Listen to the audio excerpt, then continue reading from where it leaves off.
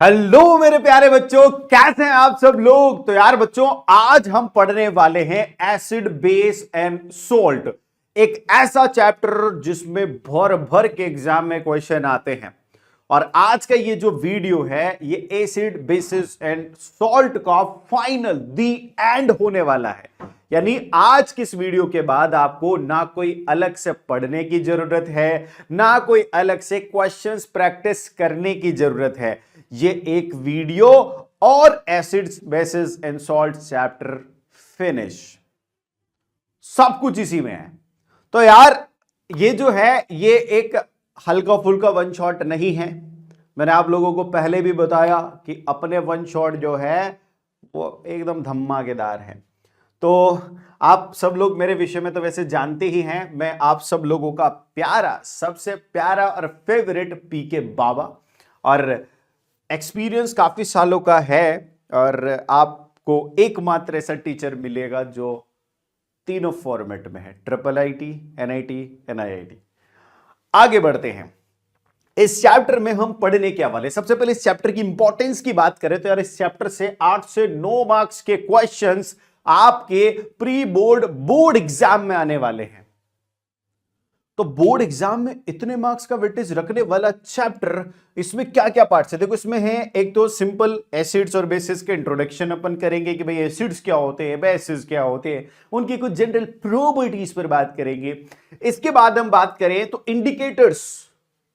भाई इंडिकेटर्स बहुत बहुत इंपॉर्टेंट टॉपिक है। आप सब लोगों के जीवन में इंडिकेटर से इतने क्वेश्चन आएंगे ये 10th का जो एग्जाम देने वाले उसमें कि बहुत सारे। फिर chemical properties of acids and bases, acid और बेसिस की केमिकल प्रॉपर्टीज पर क्वेश्चन आते हैं कि एसिड्स मेटल्स के साथ कैसे रिएक्ट करते हैं, मेटल कार्बोनेट के साथ कैसे रिएक्ट करते हैं, बेसिस के साथ कैसे रिएक्ट करते हैं। फिर बेसिस का मेटल्स के साथ रिएक्शन, एसिड्स के साथ रिएक्शन, मेटल कार्बोनेट्स के साथ रिएक्शन, जितनी भी इंपॉर्टेंट रिएक्शन है ये सारी chemical properties of acids and bases में हम पढ़ेंगे। फिर उसके बाद आता है क्लोर अल्कली प्रोसेस।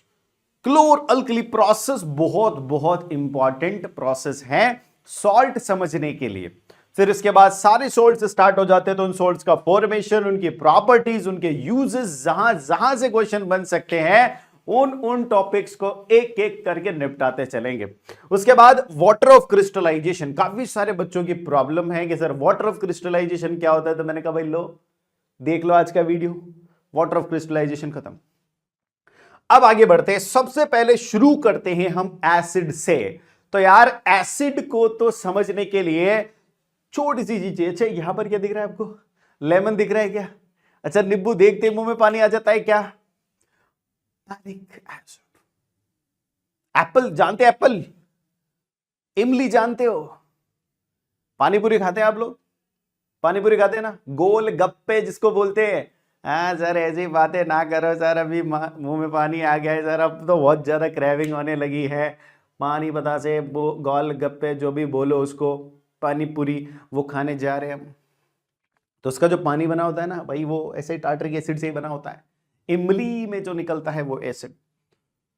तो यार एसिड जो है हमारे जीवन से अलग नहीं है, तो इसको क्यों ना हम अच्छे से समझ लें। तो एसिड्स की भी डेफिनेशन जानो। आर्रेनियस नाम के एक साइंटिस्ट हैं जिनकी वाइडली एक्सेप्टेड डेफिनेशन है, उस पर बात करते हैं अपन। इन्होंने कहा कि एसिड वो होते हैं जो हाइड्रोजन आयन प्रोड्यूस करते हैं व्हेन डिसॉल्व्ड इन वाटर। यानी जब भी एसिड को तुम वाटर में डिसॉल्व करोगे ये H+ आयन दे देंगे, लो H+ आयन, इनको क्या बोलेंगे अपन, एसिड। जैसे कि एग्जाम्पल है यहां पर HCl, HCl को जब आप पानी में मिलाओगे तो ये H+ आयन देगा और Cl- आयन देगा। H+ आयन देते हमने पहचान लिया कि ये क्या है, एसिड। ठीक है, इनके विषय में और ज्यादा बात करें तो ये सोर होते हैं टेस्ट में, यानी स्वाद में ये थोड़े सोर टाइप के लगते हैं। सोर बोले तो खट्टा, जैसे नींबू खाया आपने खट्टा लगेगा, ठीक है ना, तो ये खट्टे लगते हैं, आप देख सकते हैं। इनके एग्जाम्पल से citric acid, malic acid, tartaric acid, sulphuric acid, hydrochloric acids, ये काफी सारे एग्जाम्पल्स हैं जिनसे आप अपनी क्लासेस के दौरान, अपने जो चैप्टर्स है उनके दौरान काफी बार यहां पर परिचित होंगे। उसके बाद हम बात करते हैं, इस चैप्टर में एक सबसे इंपॉर्टेंट टेबल दे रखी है, वो टेबल बच्चे ज्यादातर हल्के में ले जाते हैं, लेकिन मैं कहता हूं बहुत इंपॉर्टेंट है। चलो क्या लिखा है इस टेबल में? इस टेबल में कुछ एसिड्स लिखे हैं और उनके सोर्स लिखे हैं। कई बार सोर्स पर क्वेश्चन आ जाते हैं। जैसे विनेगर है, विनेगर के अंदर कौन सा एसिड है? Acetic acid. जैसे ऑरेंज है, ऑरेंज में कौन सा एसिड है? Citric acid. जैसे टैमरिंड है, जिसको इमली बोलते हैं आप लोग, वो इमली में टार्ट्रिक एसिड है। जैसे टोमेटो में ऑक्जेलिक एसिड है। इधर और बात करें हम तो जो मिल्क होता है, जिसको दही भी जिससे बनता है, उसके अंदर कौन सा एसिड है? लैक्टिक एसिड है। लेमन के अंदर सिट्रिक एसिड है। एंट स्टिंग यानी जो चींटी होती है ना, वो तुमको कट लेती है ना भाई, वहां पे लाल लाल रेशेज हो जाते हैं ना, वो किस वजह से हो रहा है? वो मिथेनोइक एसिड की वजह से हो रहा है, क्योंकि वो चींटी के अंदर है। फिर नेटल स्टिंग जो होती है उसमें भी मिथेनोइक एसिड होता है। ठीक है, ये सारे जो नेचुरल सोर्सेज हैं और उन सोर्सेज में जो एसिड है, ये आपको याद रखना है, अति इंपॉर्टेंट है। अब आ जाओ यार, एक छोटा सा क्वेश्चन, छोटी सी पेशकश आप लोगों के लिए लेकर आओ, जो 2025 में क्वेश्चन आया हुआ है, और ऐसे क्वेश्चन 21 में भी आए हैं, 23 में भी आए हैं, 24 में भी आए और अब 25 में भी आ रहा है। देखो, juice of tamarind turns blue litmus to red. अभी यहां पर रहना तुम लोग के दिमाग में कचरा आ गया होगा, सर ये क्या ब्लू लिटमस रेड आ गया, ये तो अभी तक पढ़ाया ही नहीं। कोई चिंता की बात नहीं है। ये क्या करता है? टैमरिंड के अंदर जो जूस निकलता है वो ब्लू लिटमस को रेड करता है। It is because of the presence of chemical compound cold. अभी तुम लोग यहां से समझ लो ना भाई, टैमरिंड में कौन से केमिकल कंपाउंड होते हैं? Tartaric acid. खत्म कहानी, इसके ऊपर बात ही नहीं आई। और इसके ऊपर बात आ भी रही है ना, तो मैं तुमको समझाने वाला है इंडिकेटर में। किसमें? इंडिकेटर में। इंडिकेटर जला दूंगा तुम्हारे। अब आगे बढ़ते हैं, अब हम बेसिस की बात करते हैं। एसिड्स हमने समझ लिए कि एसिड्स क्या होते हैं। केमिस्ट्री के अकॉर्डिंग वो सब्सटेंसेस एसिड कहलाएंगे जो एक्वस सॉल्यूशन यानी वाटर के अंदर डिसोल्व होते, H+ आने से तुरंत छोड़ दे कि लो भाई H+ है। अब हम बेसिस की बात करते हैं, तो अकॉर्डिंगली बेसिस की डेफिनेशन भी वैसी है कि ऐसे सब्सटेंसेस यानी substance that produces hydroxide ion. यहां पर कौन सा आयन प्रोड्यूस होगा दोस्तों? Hydroxide ion. वहां पर क्या हो रहा था? H+ ion. यहां पर कौन सा आयन? हाइड्रोक्साइड आयन, यानी OH- आयन यहां पर मिलेगा जब इनको वाटर में डिसॉल्व करोगे। तो जैसे यहां पर मैंने सोडियम हाइड्रोक्साइड, इसको जैसे वाटर में डिसॉल्व करूंगा तो ये सोडियम प्लस आयन और OH- जिसको हम बोलते हैं हाइड्रोक्साइड आयन आपको देगा। और जैसे OH- आयन आपको सॉल्यूशन में मिलता है, आप समझ जाइए कि बेस है। क्या है भाई? बेस है। इनकी कुछ और प्रॉपर्टीज पर बात करते हैं, तो ये टेस्ट में कैसे होते हैं? बिटर। बिटर बोले तो कड़वे, हिंदी में इस टेस्ट का नाम है कड़वा। अभी आप इसको कैसे टेस्ट करेंगे? आपने कभी साबुन खाया है? पहले साबुन से नहाते सर, एक खाते कौन है उसे? कभी टेस्ट करके देखना, उसका जो टेस्ट होगा वो बिटर टेस्ट होता है। आपने बिटर गार्ड, करेला, भाई करेला जो कड़वा टेस्ट होता है ना, वही नीम के पत्तों में होता है कड़वा टेस्ट, वो उसको हम बोलते हैं बिटर टेस्ट। फिर बेसिस जो होते हैं वो स्लिपरी और सोपी होते हैं, यानी कि आप उनको ऐसे करोगे तो वो स्लिप होंगे आपके हैंड्स, है ना, स्लिपरी होते हैं, सोपी होते हैं, जाग देते हैं। तो ऐसे होते हैं आपके बेसिस। एग्जाम्पल्स है सोडियम हाइड्रोक्साइड, पोटेशियम हाइड्रोक्साइड, और भी कई सारे हैं जो इनके एग्जाम्पल है। हम धीरे धीरे एक एक करके सबको पढ़ने वाले हैं। तो यहां पर मैंने टूथपेस्ट, सोप, इनके बारे में भी बताया आपको। टूथपेस्ट भी बेसिक होता है, सोप जो साबुन होता है वो भी बेसिक नेचर का होता है। अब हम बात करेंगे इंडिकेटर्स की। इंडिकेटर्स क्या है? सर बार बार आप लोग बोलते हैं कि इंडिकेटर बहुत इंपॉर्टेंट है, बहुत इंपॉर्टेंट है। भाई इंडिकेटर बहुत इंपॉर्टेंट है। इंडिकेटर आपको क्या बताता है कि जो सब्सटेंस है, आप केमिस्ट्री की लैब में जाएंगे, वहां पर आपको कलरलेस सब्सटेंसेस बहुत सारे मिल जाएंगे। पानी जैसा दिखने वाला ये X है, ये भी पानी जैसा दिखता है लेकिन Y है, ये भी पानी जैसा दिखता है लेकिन Z है। अरे भाई ये दिखते तो एक जैसे ही है, पता कैसे करें? बोले सर टेस्ट कर लेंगे ना। वो आप बोल रहे थे ना सोर और बिटर, कुछ तो ऐसे सब्सटेंस है टेस्ट कर लोगे तो पहुंच जाओगे, इसलिए टेस्ट करके हर किसी को नहीं टेस्ट किया जा सकता। समझ गया आप? इसके लिए इंडिकेटर्स हैं। इंडिकेटर्स आपको कलर चेंज करके बता देंगे, स्मेल के बेसिस पर बता देंगे, पर जनरली ज्यादा इंडिकेटर्स कलर चेंज करके। अब आप किसी केमिकल को किसी दूसरे केमिकल में मिक्स करो, उसका कलर चेंज हो जाए, आपको पता है कि कलर चेंज होगा तो ये होगा, कलर चेंज नहीं हुआ तो ये होगा, तो आपको कंफर्म हो गया। आपको टेस्ट करने की जरूरत नहीं पड़ी, क्योंकि आप टेस्ट करते तो टेस्ट हो जाते, है कि नहीं? तो यहां पर इंडिकेटर्स ये काम करते हैं। तो indicators are the substances that signals a chemical change, usually a change in pH or the end points of a reaction by displaying a visible sign, most commonly the colour change. क्या होता है? यहां पर indicators जो होते हैं वो किसी केमिकल चेंज को सिग्नल करते हैं, यानी कोई केमिकल चेंज हुआ, उस केमिकल चेंज से आपको सिग्नलिंग मिलेगी कि इसमें क्या हो रहा है। और यूजुअली ये क्या होगा? ये कलर चेंज होता है, मोस्ट यूजुअली विजिबल चेंज। अब देखते हैं, आप लोगों ने ऐसे देखा होगा ना, हल्दी देखिए, चाइना रोज, फिनोल्फ्थालीन देखे तो होंगे ना। अब इनको अपन क्लासिफाई करते हैं सबसे पहले कि कितने टाइप्स के हो सकते हैं। तो जनरली ये 4 कैटेगरीज में क्लासिफाइड है, जिनमें नेचुरल इंडिकेटर, सिंथेटिक, ऑल्फैक्टरी और यूनिवर्सल इंडिकेटर। तो सबसे पहले हम पहला इंडिकेटर जिसको हम बोलते हैं नेचुरल इंडिकेटर वो पढ़ते हैं। नेचुरल इंडिकेटर किसको बोलोगे सर? किसको बोलेंगे? नेचुरल, जो नेचुरल है, यानी ऐसे इंडिकेटर्स या ऐसे केमिकल्स जो केमिकल चेंज शो करते हैं एसिड्स और बेसिस के साथ, और वो हमें कहां से ऑब्टेन किए? हमने नेचर से, यानी they can be directly obtain from the nature. तो ऐसे में हम सबसे पहले एक मोस्ट कॉमन एग्जांपल है हमारे पास, टर्मरिक। क्या है भाई? टर्मरिक। सब लोग जानते हैं टर्मरिक को, सब लोग जानते हैं ना टर्मरिक को, बिल्कुल सबके घर में होती है, खाना पकाते हैं उसमें मिला देते हैं। टर्मरिक का जो ओरिजिनल कलर है, नेचुरल कलर है, वो है येलो। जब आप इसे एसिड में मिलाओगे तो कैसी रहेंगी? ये येलो ही रहेंगी, नो चेंज इन कलर। लेकिन जैसे आप इसको बेस में मिलाओगे कैसा हो जाएगा? रेड। ठीक, ये वाले रेड और ये वाले रेड का कलर चेंज है भाई, मिस्टेक हो गया। चलो कोई बात है, आप सब लोग समझ जाएंगे कि रेड कलर हो जाता है। अब आपको याद रहेगा कि नहीं रहेगा सर, ये तो गड़बड़ हो गया। मैं याद करने का आपको तरीका बताता हूं। पी के बाबा जैसा डीप ऑब्जर्वेशन किसी का नहीं, गारंटीड है, लिख के ले लो। अब मेरा डीप ऑब्जर्वेशन क्या कहता है? आप लोगों ने एक गाना सुना है, कौन सा गाना? बेबी को बेस पसंद है, सुना है सबने? मेरी बात ध्यान से सुनो, तुम्हारी बेबी को बेस पसंद होएगा, लेकिन इंडिकेटर्स को नहीं है। इंडिकेटर्स बेस के साथ प्रॉब्लम में है। चलो यहां देखो, हल्दी जो है उसका नेचुरल कलर क्या है? येलो। एसिड के साथ कोई प्रॉब्लम नहीं, लेकिन जैसे बेस मिला गुस्से से लाल हो गई, है ना, बेस से प्रॉब्लम है। फिर आप आ जाओ चाइना रोज पर, इसका ओरिजिनल कलर है पिंक। ओरिजिनल कलर क्या है बच्चों? पिंक। लेकिन जैसे आप इसको एसिड में डालोगे, ये पिंक से थोड़ा सा शिफ्ट होगा और डार्क पिंक या फिर रेड हो जाएगा। क्या हो जाएगा? डार्क पिंक या फिर रेड।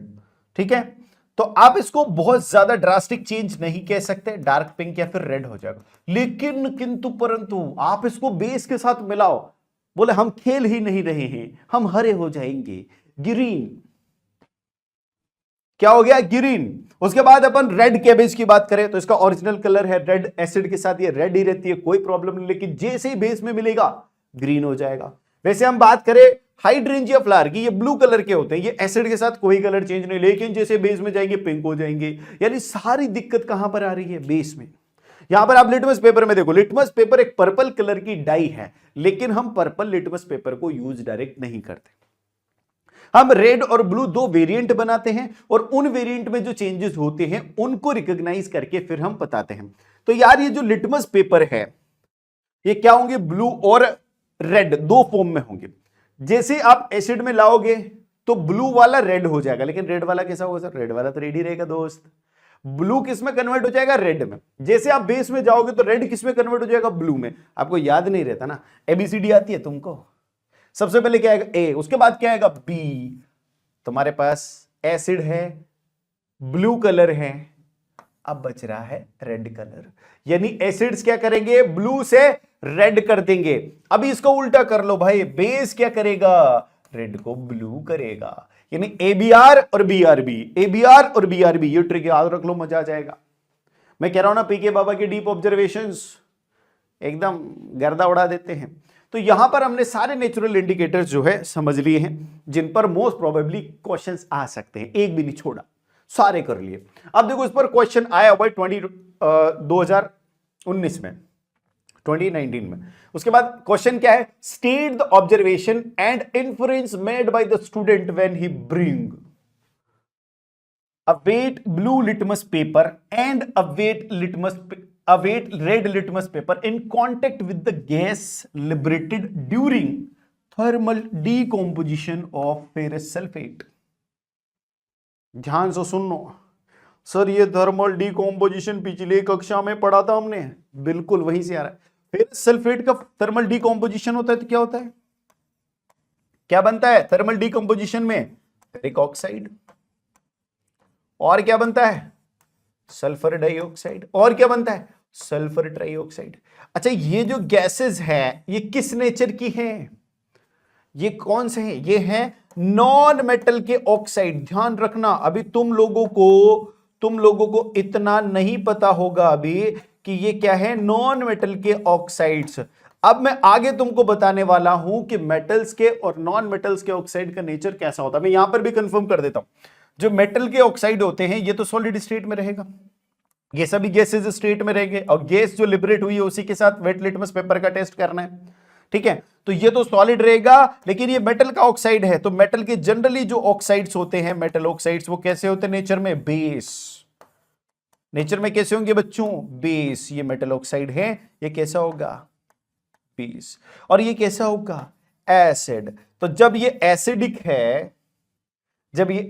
है, तो गैसेज एसिड है, एसिड क्या करता है, ABR, यानी कि ब्लू लिटमस को रेड करता है। कौन से लिटमस को, ब्लू लिटमस को रेड। तो यहां पर क्या हो जाएगा, जो ब्लू लिटमस है A में, वो क्या हो जाएगा, रेड, इट टर्न्स रेड। लेकिन जो यहां पर रेड लिटमस है B में, वो रेड का रेड ही रहेगा, उसमें कोई चेंजेस नहीं आएंगे। Is it clear it all of you? यही चीज कमेंट में लिख दो जो तुम बोल रहे हो ना कि क्लियर है सर, मजा आ गया सर। आगे बढ़ो, एक और क्वेश्चन, बहुत ही धमाकेदार क्वेश्चन है। ओहो, इसमें तो भैया फेनोल्फथलीन भी है, तो इस क्वेश्चन को हम थोड़ा सा देर से करते हैं। यहां पर समझो, ब्लू लिटमस को लेते हैं पहले। ब्लू लिटमस सॉल्यूशन जो है is added to 2 test tube A and B।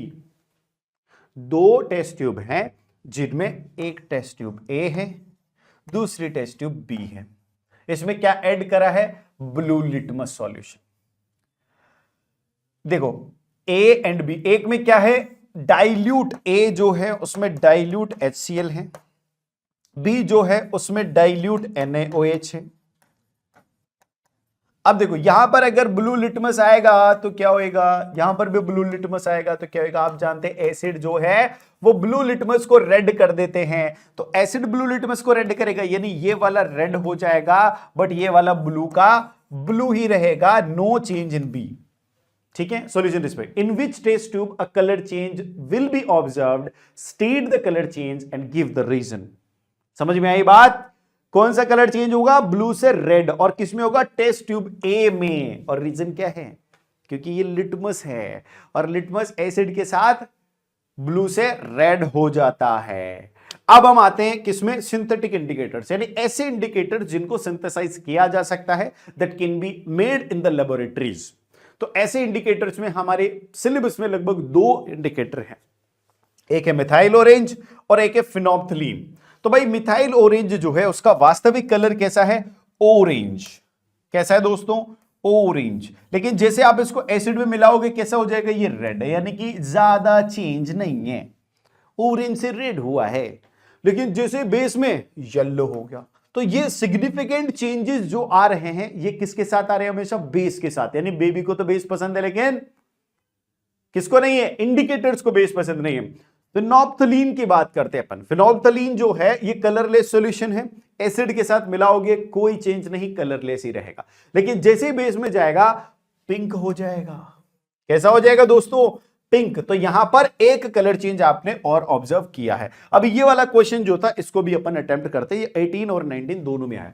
On adding few drops of universal indicator in the 3 colorless solutions XYZ taken separately in the 3 test tube, a student observed the changes in the color as given is green in X, red in Y and blue in Z. Arrange X, Y, Z in increasing order of the pH values. Which one of the 3 X, Y, Z will change the color of phenolphthalein and Y? अब यार यहां पर थोड़ा सा लोचा है गया। क्या लो चाहे गया? इस क्वेश्चन को अटेम्प्ट करने के लिए फिनोप्थलीन की नॉलेज जो है वो ही सफिशिएंट नहीं है। क्या करना पड़ेगा इसके लिए? इसके लिए हमको किसकी? यूनिवर्सल इंडिकेटर की नॉलेज भी लेनी पड़ेगी। यानी कि वी री attempt this question after studying universal indicator. ठीक है, फिनोप्थलीन का हमने मैटर समझ लिया है। फिनोप्थलीन क्या करेगा, बस मैं इतना यहां पर बता देता हूं। फिनोप्थलीन क्या करेगा, जो इनमें से एसिड होगा उसके साथ नो चेंज, यानी उसमें कलरलेस ही रहेगा ये, और जो इनमें से बेस होगा उसके साथ क्या हो जाएगा, कलरलेस से पिंक हो जाएगा। This change will occur with the phenolphthalein. ठीक है, आगे बढ़ते हैं भाई, आ जाओ। अब हम और कुछ क्वेश्चन सॉल्व करते थे। In aqueous solution A turns phenolphthalein solution pink. A जो है वो फिनोप्थलीन के सॉल्यूशन को पिंक कर देता है, इसका मतलब पक्की बात है भाई ए क्या है, बेस। ठीक है, in addition of an aqueous solution B to A the pink colour disappears. अगर मैं ए के साथ बी को मिला दूं तो जो पिंक कलर है वो डिसअपियर हो जाता है, यानी कि बी क्या होगा, बी जो ए का बेसिक नेचर है उसको न्यूट्रलाइज कर रहा होगा। तो न्यूट्रलाइज कौन करता है, एसिड, यानी बी क्या है, एसिड, पक्की बात है। ए तो हो गया बेस, बी क्या हो गया, एसिड, ये न्यूट्रलाइज कर रहा होगा, इसी वजह से डिसअपियर हो जाएगा। The following statement is true for the solution A and B. A is strongly basic, A जो है वो स्ट्रॉन्गली बेसिक है, ठीक है। B is a weak base. मेरी बात ध्यान से समझना, अगर बी वीक बेस होता, भाई ए बेस और बेस कैसे, एसिड है ना, गलत आंसर। अभी आगे बढ़ो, ए इज स्ट्रॉन्गली एसिडिक। अरे यार दोनों एसिड नहीं है भाई। यहां पर देखो, A has pH greater than 7। ए का पीएच ग्रेटर देन 7 होगा क्या, बिल्कुल, क्योंकि बेसिस का पीएच क्या होता है, ग्रेटर देन 7 होता है। ठीक है, अभी मैं यहां पर बता देता हूं, इनिशियली मैं यहां पर आप लोगों को बता देता हूं, बाकी और चीजें आपको जैसे पीएच पढ़ेंगे तो क्लियर हो जाएगी। पीएच जो है वो कहां से कहां तक है, 0 से 14 होता है, और 7 न्यूट्रल होता है। इधर जो पीएच होगा लेस देन 7 वो होगा एसिड का, और इधर जो पीएच होगा ग्रेटर देन 7 वो होगा बेस का। ठीक है ना, यहां पर इतनी सी नॉलेज में दे देता है। तो पीएच जो है वो किसका, ए जो है, ए तो बेस है, तो बेस का तो ग्रेटर देन 7 होना चाहिए, ग्रेटर देन 7 होना चाहिए, बिल्कुल ठीक है। और बी जो है वो एसिड है तो उसका लेस देन 7 होना चाहिए, बिल्कुल करेक्ट है। इसमें जस्ट उल्टा दे रखा है तो ये नहीं होगा, तो सी हमारा करेक्ट आंसर हो जाएगा। ये 20 और 22 दोनों में आया है। फिर अब हम बात करते हैं ऑल फैक्टरी इंडिकेटर्स की। ये इंडिकेटर जो कलर चेंज शो नहीं करते, अभी तक के जितने भी इंडिकेटर थे नेचुरल और सिंथेटिक दोनों में क्या था, कलर चेंज हो रहा था। लेकिन यहां पर जो इंडिकेटर अब हम पढ़ने वाले हैं वो कलर चेंज नहीं शो करते, वो स्मेल के बेसिस पर आप ये डिटेक्ट कर पाओ कि एसिड है या बेस। Is it clear? ये वाली बात है यार। ये किसको बेनिफिट निकाल सकता है, जो लोग विजुअली इंपेयर्ड होते हैं, यानी जो लोग देख नहीं सकते हैं, क्या वो भी एसिड और बेस की पहचान कर सकते हैं अगर उन्होंने ऑल्फैक्टरी इंडिकेटर पढ़ा हुआ है? बिल्कुल सत्य बात है, क्योंकि यहां पर कलर चेंज देखना उनके लिए पॉसिबल नहीं है, तो वो सूंघ तो सकते हैं ना, स्मेल तो डिटेक्ट कर सकते हैं, तो उसी स्मेल के डिटेक्शन पर यहां पर काम करते हैं। इसमें आपको एक ब्रह्मास्त्र रूल अपनाना है। वो ब्रह्मास्त्र रूल क्या है मैं आप लोगों को बता देता हूं कि एसिड के साथ जो भी ऑल्फैक्टरी इंडिकेटर से वो अपनी कैरेक्टरिस्टिक स्मेल जो है वो रिटेन करते हैं, यानी जैसी स्मेल उनकी है लगभग वैसी स्मेल आपको एसिड में मिलाने पर आती रहेगी, कोई दिक्कत वाली बात नहीं है। लेकिन जैसे बेस में मिलाया, गायब, आपको पता ही नहीं चलेगा कि अनियन था, आपको पता ही नहीं चलेगा कि यहां पर वनीला है, आपको पता ही नहीं चलेगा कि क्लोव ऑयल है। यानी कि वो जो कैरेक्टरिस्टिक स्मेल होती इनकी जो पहचान होती है, दैट पहचान हैज बीन लॉस्ट। किसके साथ, बेस के साथ। मैंने कहा था बेस में प्रॉब्लम है, तो यहां पर क्या होगा, वो इनकी कैरेक्टरिस्टिक स्मेल जो है वो लॉस्ट हो जाएगी, किसमें, बेसिस में। चलो इस पर एक क्वेश्चन देखते हैं। Define all factory indicators. सबसे पहले तो ऑल फैक्टरी इंडिकेटर्स को डिफाइन करो। कैसे डिफाइन करोगे? हाँ, ऐसे indicators those indicate the change in terms of the smell are called olfactory indicators। ठीक है, तो substances which can be used as olfactory indicators मैंने आपको बताया, यहां पर अनियन है, क्लोव ऑयल है और वनीला एसेंस है। Choose strong acid from the following, इनमें से स्ट्रॉन्ग एसिड आपको चूज करना है। ये देखो, ये क्वेश्चंस के अलग अलग पार्ट है, लेकिन इनके अलग अलग कॉन्सेप्ट जो है विद इन द चैप्टर हम डिस्कस करते जाएंगे और फिर इन पर आएंगे। तो अभी यहां पर फिलहाल मैं इनको एसिड तो मान रहा हूं, लेकिन कौन स्ट्रॉन्ग है कौन वीक है ये हम नेक्स्ट पार्ट में, जैसे अपन इस चैप्टर में चलते जा रहे हैं वहां पर हम इसको करेंगे कंप्लीट। देखो एक क्वेश्चन और है, a cloth strip dipped in onion juice, किसमें? अनियन जूस में। अब देखो क्वेश्चन कैसे घुमा के पूछा, और ये 16 में भी पूछा है और 20 में भी पूछा है कि अनियन जूस के अंदर एक क्लोथ को डिप कर लिया, is used for testing a liquid x, x liquid को टेस्ट करने के लिए। The liquid x changes it's odour, liquid x ने इसकी ओडोर ही चेंज कर दी। ओडोर चेंज कर दी बोले तो इसकी जो पहले कैरेक्टरिस्टिक स्मेल थी वो खत्म हो गई। Which type of indicator is onion juice and the liquid X turns blue litmus red? List the observation. अब देखो ध्यान से देखते जाओ, ध्यान से देखते जाओ। List the observation the liquid X will show on reacting with the following: zinc granule, sodium carbonate. Write the chemical equation for the reaction involved. ध्यान से समझना है। यहां पर एक बहुत ही बढ़िया सा मैटर है कि यार अनियन जूस किस टाइप का, यहां पर क्या चेंज हो रहा है? ओडोर में चेंज आ रहा है, चेंज इन अडोर। ओडोर का मतलब क्या है? स्मेल। स्मेल में चेंज किस में होता है? ऑल्फैक्टरी इंडिकेटर, यानी कि अनियन जूस क्या है? ऑल्फैक्टरी टाइप का इंडिकेटर है। पहला आंसर तो ये हो गया, olfactory indicator. Is it clear? ये ऑल्फैक्टरी इंडिकेटर। उसके बाद दूसरा क्या है? Which type of indicator is onion juice? हो गया। The liquid X turns blue litmus red. X blue litmus red हो जाता है तो भैया ABR हो जाएगा। blue litmus red कौन करता है? एसिड, यानी X क्या है? एसिड है। ओ हो, इसीलिए यहां पर लॉस्ट नहीं बोला, ध्यान से समझना है। यहां पर ओडोर चेंज हुई है, यानी स्लाइड चेंज है। इसकी स्मेल तो है लेकिन लॉस्ट नहीं हुई है। आपको ऐसा नहीं कि खत्म, तो ये एसिड है। दूसरी बात, जिंक ग्रेन्यूल के साथ अगर एसिड की रिएक्शन होगी तो जिंक क्या है? मेटल, ठीक है। इनकी रिएक्शंस मेटल के साथ कैसी होगी ये हम आगे पढ़ने वाले केमिकल प्रॉपर्टीज में। सोडियम कार्बोनेट के साथ होगी, ये आगे हम पढ़ने वाले हैं, ठीक है। तो these questions will be answered in the upcoming part of the chapter. अब देखो एक और question, select pair of olfactory indicators from the following, इनमें से कौन सा ऑल्फैक्टरी इंडिकेटर का पेयर है वो सेलेक्ट करना। क्लोव ऑयल ऑल्फैक्टरी है, वनीला एसेंस ऑल्फैक्टरी है, आंसर ए हो गया। अनियन और टर्मरिक, टर्मरिक नहीं है यहां पर। क्लोव ऑयल और लिटमस पेपर नहीं है। वनीला एसेंस है लेकिन मिथाइल ऑरेंज नहीं है, तो आंसर क्या हो जाएगा? ए इसमें करेक्ट आंसर हो जाएगा। बहुत इजी पीजी क्वेश्चंस भी एग्जाम में आते हैं। फिर हम आगे बढ़ते हैं, chemical properties of acids in basis. तो यार ये वाला पार्ट जो है बहुत बहुत इंपॉर्टेंट है और इस पार्ट पर बहुत सारे क्वेश्चंस आए। अभी 3 क्वेश्चन तो मैंने अभी इसी में बता दिए, यानी इस पार्ट को कंप्लीट करते करते उनको भी मुझे कंप्लीट करना है। Is it clear? तो यार ये चैप्टर का ये पार्ट बहुत बहुत इंपॉर्टेंट है।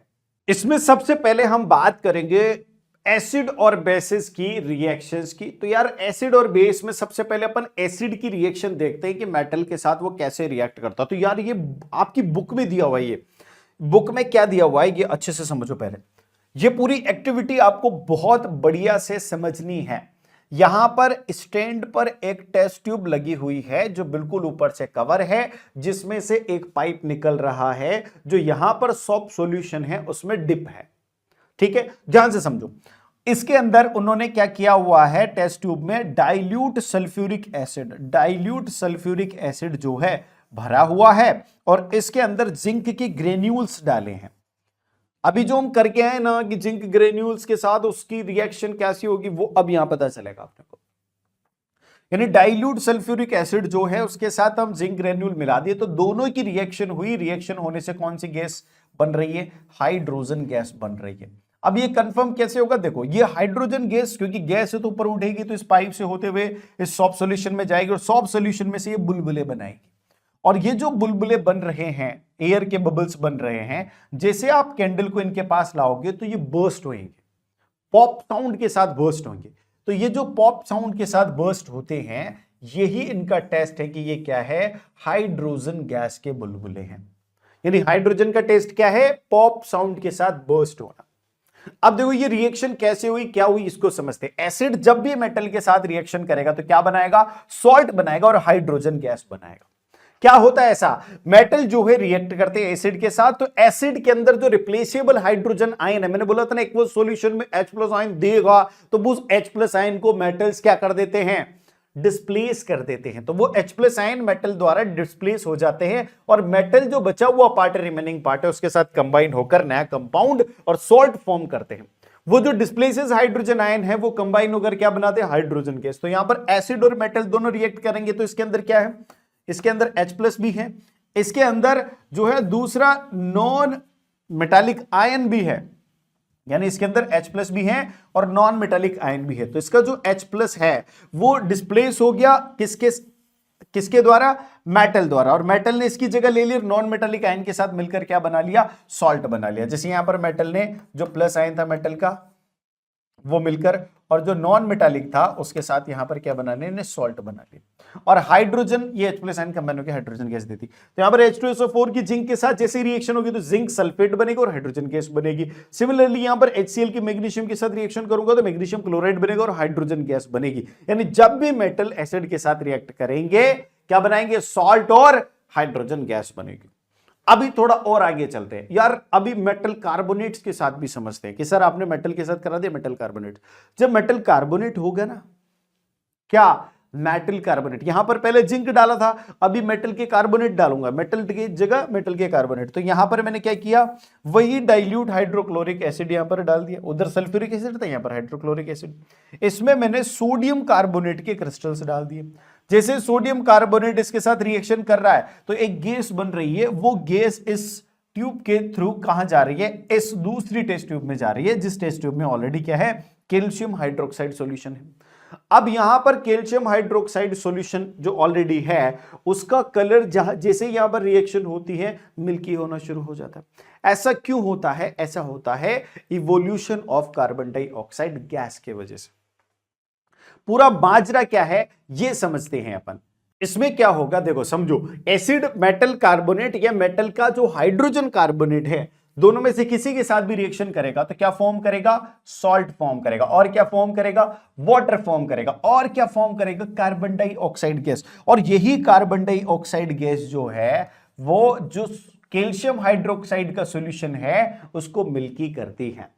यहां पर आपको सिंपल रिएक्शन देखनी, एसिड मेटल कार्बोनेट या मेटल बाइकार्बोनेट या हाइड्रोजन कार्बोनेट के साथ रिएक्शन करके क्या देगा, सॉल्ट देगा, वाटर देगा और कार्बन डाइऑक्साइड देगा। देखो HCl जब यहां पर सोडियम हाइड्रोजन कार्बोनेट के साथ रिएक्शन कर रहा है तो NaCl दे रहा है, H2O दे रहा है और CO2 दे रहा है। सिमिलरली यहां पर सोडियम कार्बोनेट के साथ रिएक्शन में भी सेम यहां पर कंपाउंड्स मिल रहे हैं।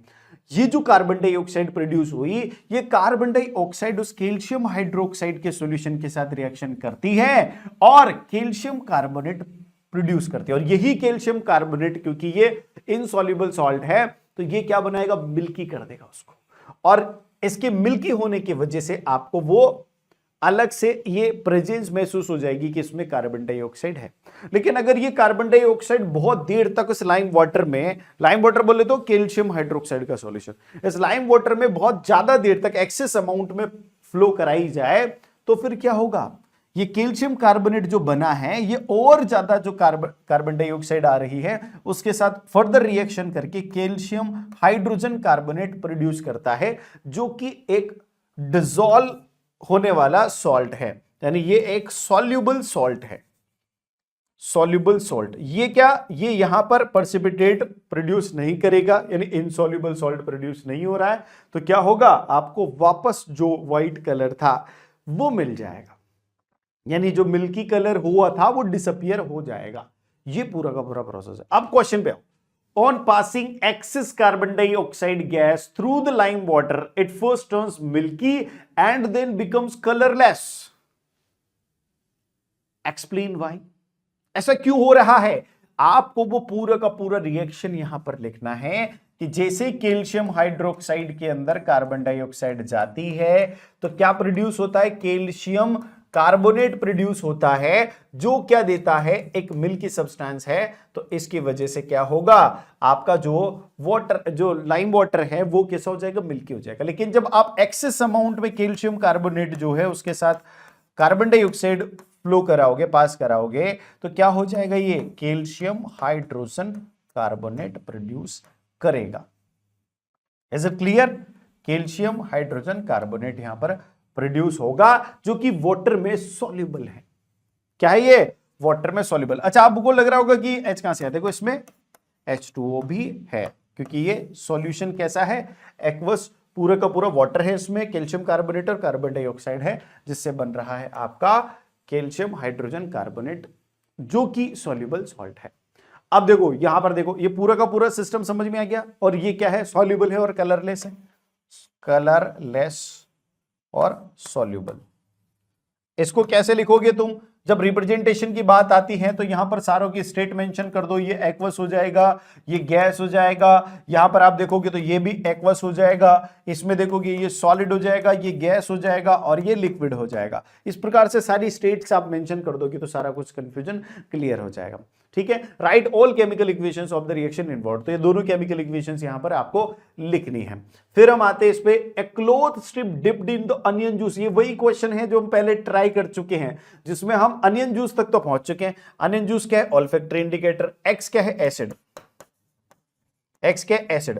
अब अगर एक्स एसिड है तो जिंक ग्रेन्यूल के साथ रिएक्शन इसकी होगी। जिंक ग्रेन्यूल्स क्या है? मेटल। मेटल के साथ रिएक्शन होती है एसिड की, तो क्या क्या प्रोड्यूस होता है? हाइड्रोजन गैस प्रोड्यूस होती है। ठीक है, सोडियम कार्बोनेट के साथ रिएक्शन करोगे तो क्या होगा? वाटर और कार्बन डाइऑक्साइड भी प्रोड्यूस होगा। ये प्रोसेस है पूरा। तो आप यहां पर ये लिखते, zinc plus acid gives zinc, यहां पर सॉल्ट लिख देता हूं डायरेक्ट में,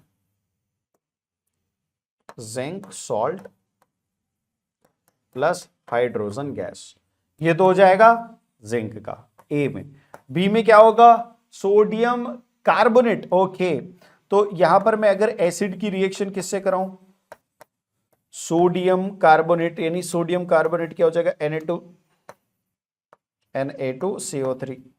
अब Na2CO3 के साथ रिएक्शन होगी तो क्या होगा? सोडियम सॉल्ट Na सॉल्ट हो जाएगा, और क्या होगा? H2O, और क्या होगा? Carbon dioxide. बस ये हो गया प्रोडक्ट्स।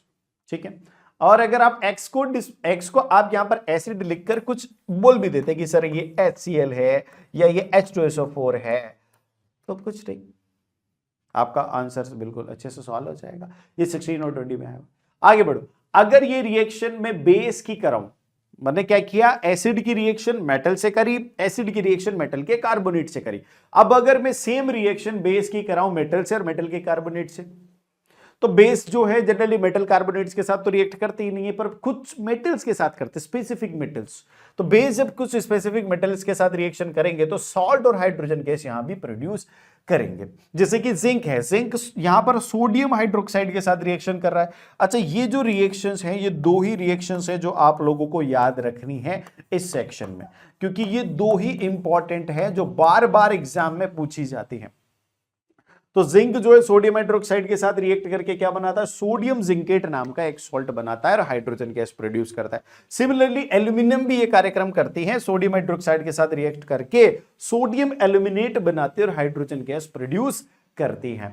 अब हम बात करें इस पर क्वेश्चन की, तो देखो 2023 में ये क्वेश्चन आया, write the balanced equation to show the reaction that occurs when piece of aluminium is dipped into the dilute solution of sulfuric acid और सोडियम हाइड्रोक्साइड।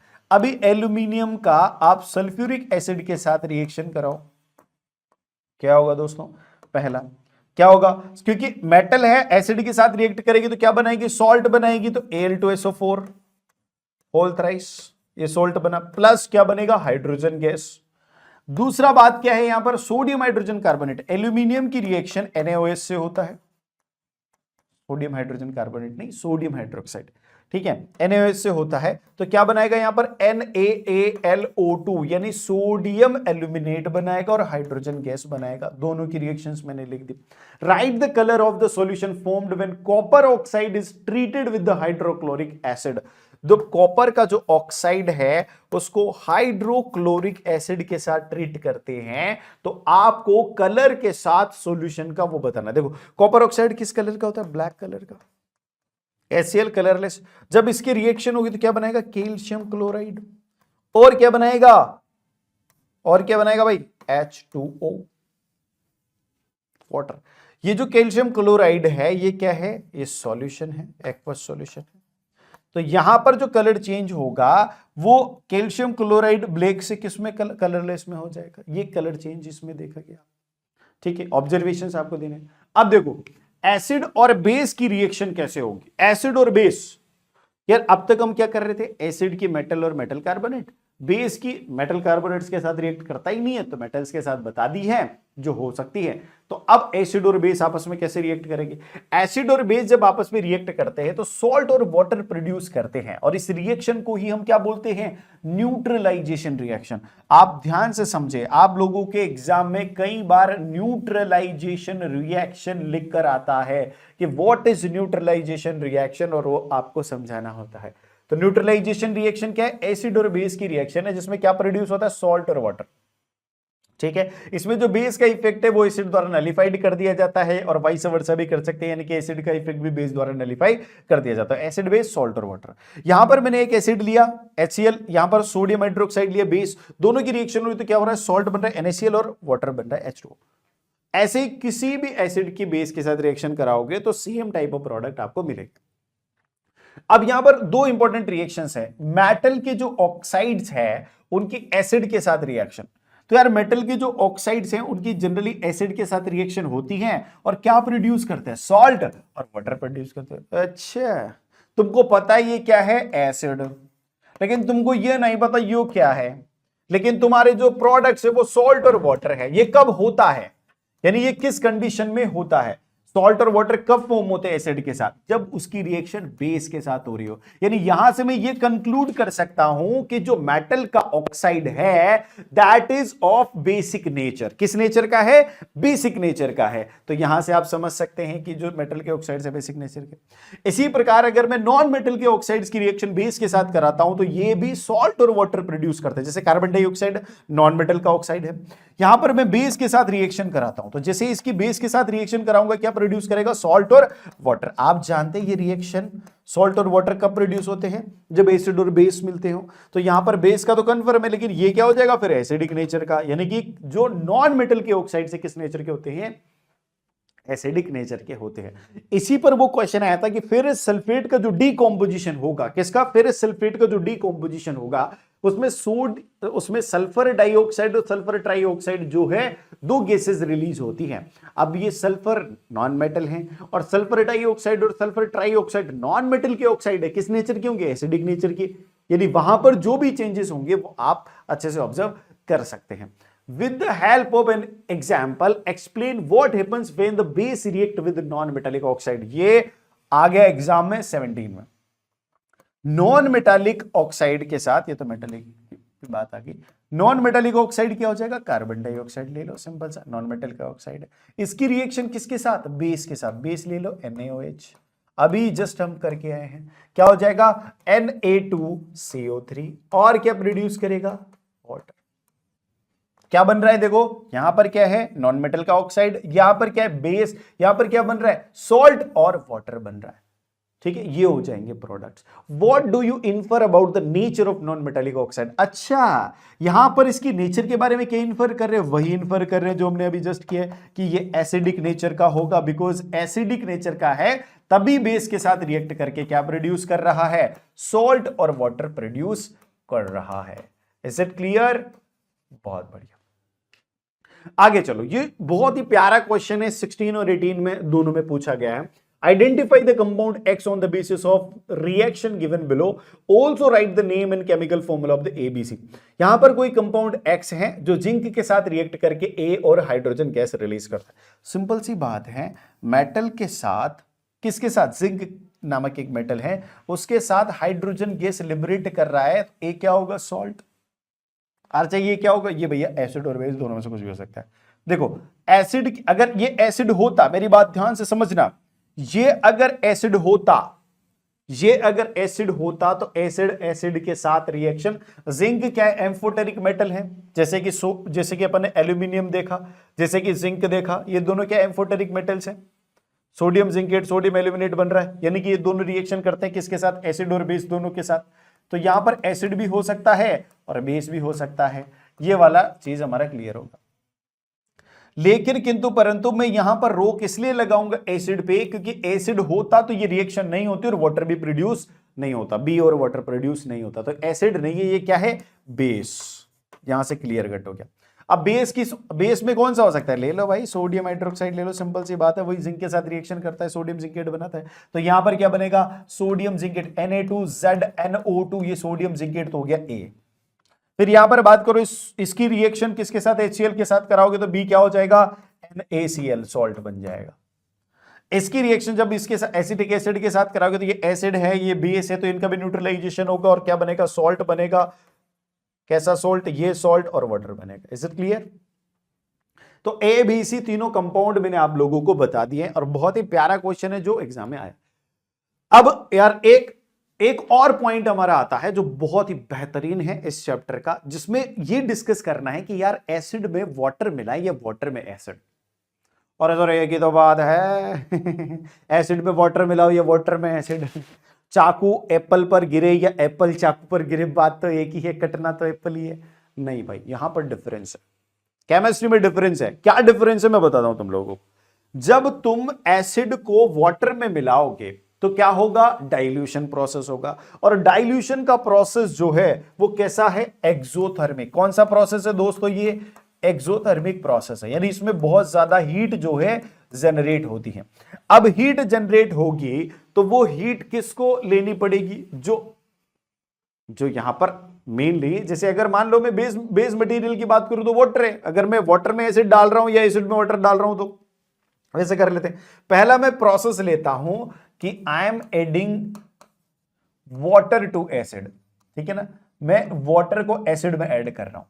तो मेरा यहां पर वाटर का एसिड में ऐड करने का मतलब है मेरा ये बेस मीडियम है, यानी एसिड ज्यादा अमाउंट में है, मैं थोड़ा थोड़ा करके वाटर इसमें ऐड कर रहा हूं। तो ऐसे प्रोसेस में क्या होगा, ये एक्सोथर्मिक प्रोसेस है। अब वो जितनी भी हीट है जो ज्यादा मात्रा में है उसी के पास जाएगी, यानी एसिड के पास जाएगी। एसिड की हीट कैपेसिटी कम होती है, इस वजह से टेम्परेचर ज्यादा राइज होगा। और लोकलाइज हीटिंग की वजह से, हाई टेम्परेचर राइज होने की वजह से कोई भी नुकसान हो सकता है।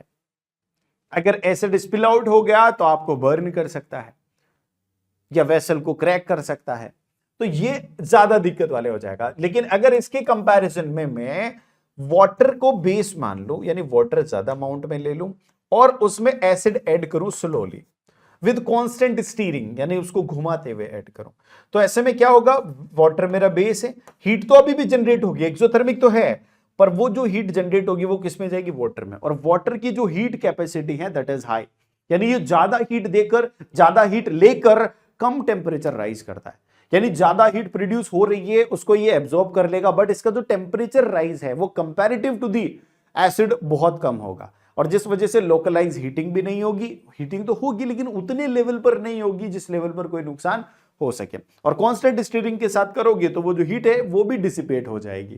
तो इसका सही तरीका क्या है, this is the best way, acid को वाटर में मिलाओ, that is the best way to dilute the acid. तो यहां पर लिखे always add acid to water, never water to acid, ठीक है, बहुत ही प्यारी बात।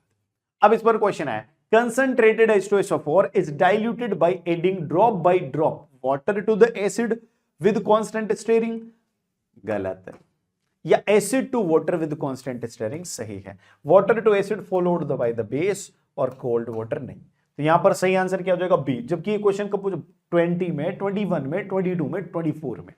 बहुत ही प्यारा क्वेश्चन है और ये कई बार पूछा गया है। अब हम बात करें स्ट्रेंथ की, कि एसिड और बेसिस की स्ट्रेंथ पर थोड़ी बात कर लेते हैं कि कौन ज्यादा मजबूत है और कौन कमजोर है। तो यार स्ट्रेंथ की बात हम करें तो स्ट्रेंथ जो है एसिड और बेसिस की डिपेंड करती है कि उनके अंदर जो चीजें हैं वो कितना इजीली डिसोसिएट होती है। जैसे एसिड में क्या होता है, H+ आयन डिसोसिएट होते हैं या लिबरेट होते हैं, ऐसे ही बेस में क्या होता है, हाइड्रोक्साइड आयन लिबरेट होते हैं। तो ये कितना इजीली हो पाते हैं, डिग्री कितनी है इनकी लिबरेशन की, डिसोसिएशंस की डिग्री कितनी कितना इजीली हो सकते हैं वाटर के अंदर, इस पर डिपेंड करता है कि वो कितना स्ट्रांग है और कितना वीक है।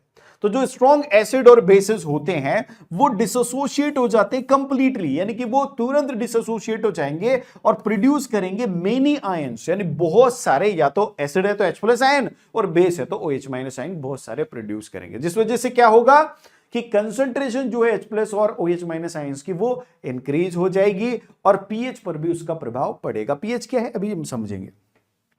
इनके कुछ एग्जांपल्स ले लेते हैं स्ट्रॉन्ग एसिड्स के, जैसे कि HCl, H2SO4 और HNO3। ये स्ट्रॉन्ग एसिड के एग्जांपल हैं। ठीक है, यहां पर ये परक्लोरिक एसिड भी है, ज्यादातर एग्जाम में पूछा नहीं जाता लेकिन आप लिख सकते हैं। स्ट्रॉन्ग बेसिस में आते हैं sodium hydroxide, potassium hydroxide, calcium hydroxide, lithium hydroxide और बेरियम हाइड्रोक्साइड। ये सब क्या है स्ट्रॉन्ग में, क्योंकि ये जैसे ही आप इसको पानी में मिलाओगे ये कंप्लीटली डिसोसिएट हो जाएंगे और OH- आयन जितने इनके पास है सारे के सारे दे देंगे। फिर हम बात करें वीक की, तो वाइल वीक वंस जो है वो डिसोसिएट होते हैं पार्शियल, यानी कंप्लीटली डिसोसिएट नहीं होते, जितने नंबर ऑफ आयंस इनके पास अवेलेबल है ये पूरे के पूरे वाटर में नहीं देंगे। प्रोड्यूसिंग द फीवर आयंस, यानी लो, इनके अंदर जो आयंस है वो कम प्रोड्यूस होंगे। अब ज्यादा आयन प्रोड्यूस होंगे तो ज्यादा कंडक्टिविटी होती है, आप सब लोग समझते हैं। जितने ज्यादा चार्जेस और आयंस रहेंगे सॉल्यूशन में उतना ज्यादा कंडक्टिव सॉल्यूशन रहेगा, तो कंडक्टिविटी भी लो हो जाती है। पीएच जो है वो लगभग 7 के आसपास रहता है। पीएच पर अभी हम बात करेंगे।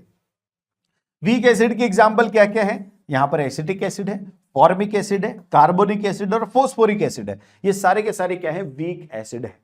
वीक बेसिस में आते हैं, वीक बेसिस कौन कौन से, ammonium hydroxide, ferrous hydroxide, aluminium hydroxide और जिंक हाइड्रोक्साइड। ये सारे क्या है वीक बेसिस हैं। तो आपको strong acid, strong base, weak acid और वीक बेस समझ में आ चुका है।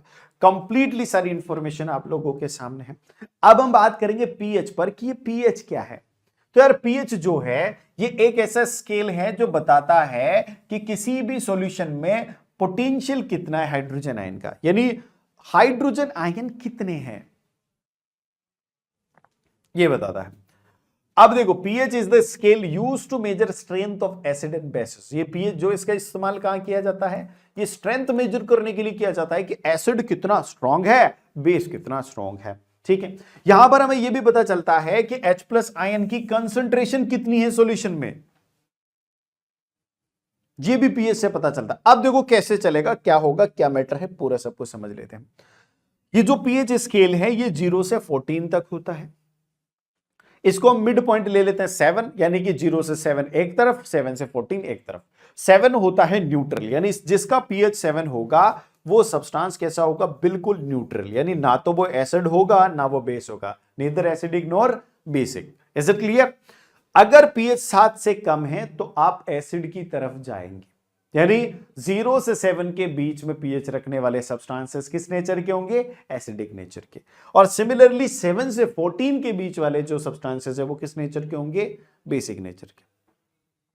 अब न्यूट्रल स्टेट से जितना दूर जाओगे, यानी जितना तुम 14 की तरफ जाओगे उतना ही स्ट्रॉन्ग बेस, और जितना तुम 0 की तरफ जाओगे यानी न्यूट्रल से दूर उतना ही स्ट्रॉन्ग एसिड।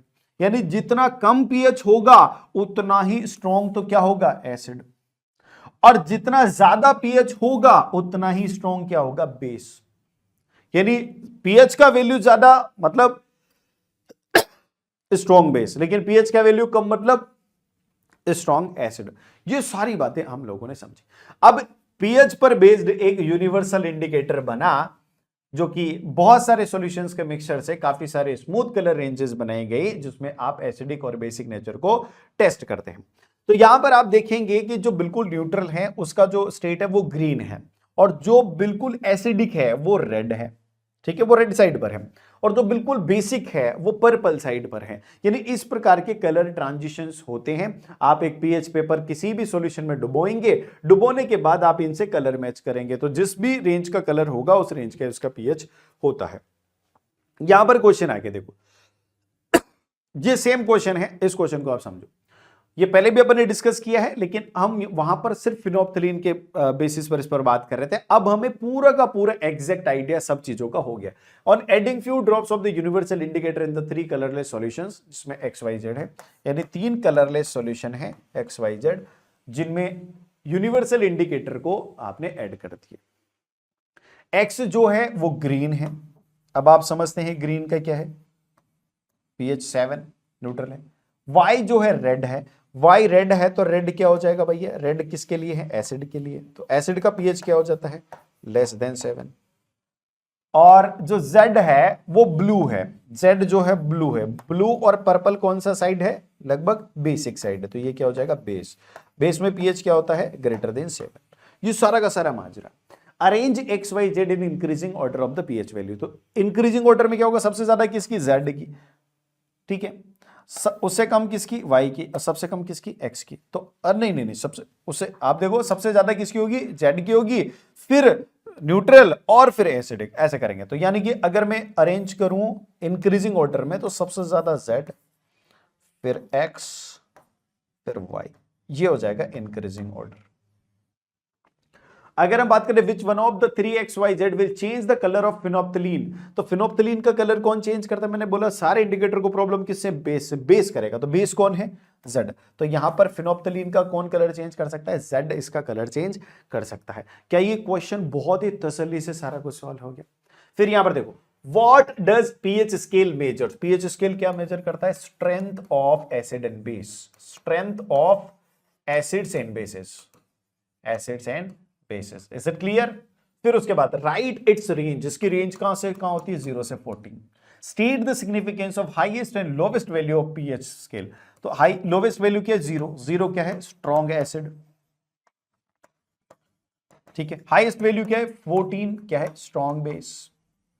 ये आपको इसका पूरे का सिग्निफिकेंस बताना था, बहुत सिंपल क्वेश्चन सारे के सारे हो जाते। ये वही क्वेश्चन देखो, कैल्शियम ऑक्साइड जो है ये विग्रेसली रिएक्ट करता है वाटर से to form calcium hydroxide, and calcium oxide को हमने क्या कर दिया, वाटर के साथ रिएक्शन कराया, और वाटर के साथ रिएक्शन से क्या दे रहा है, ये कैल्शियम हाइड्रोक्साइड दे रहा है।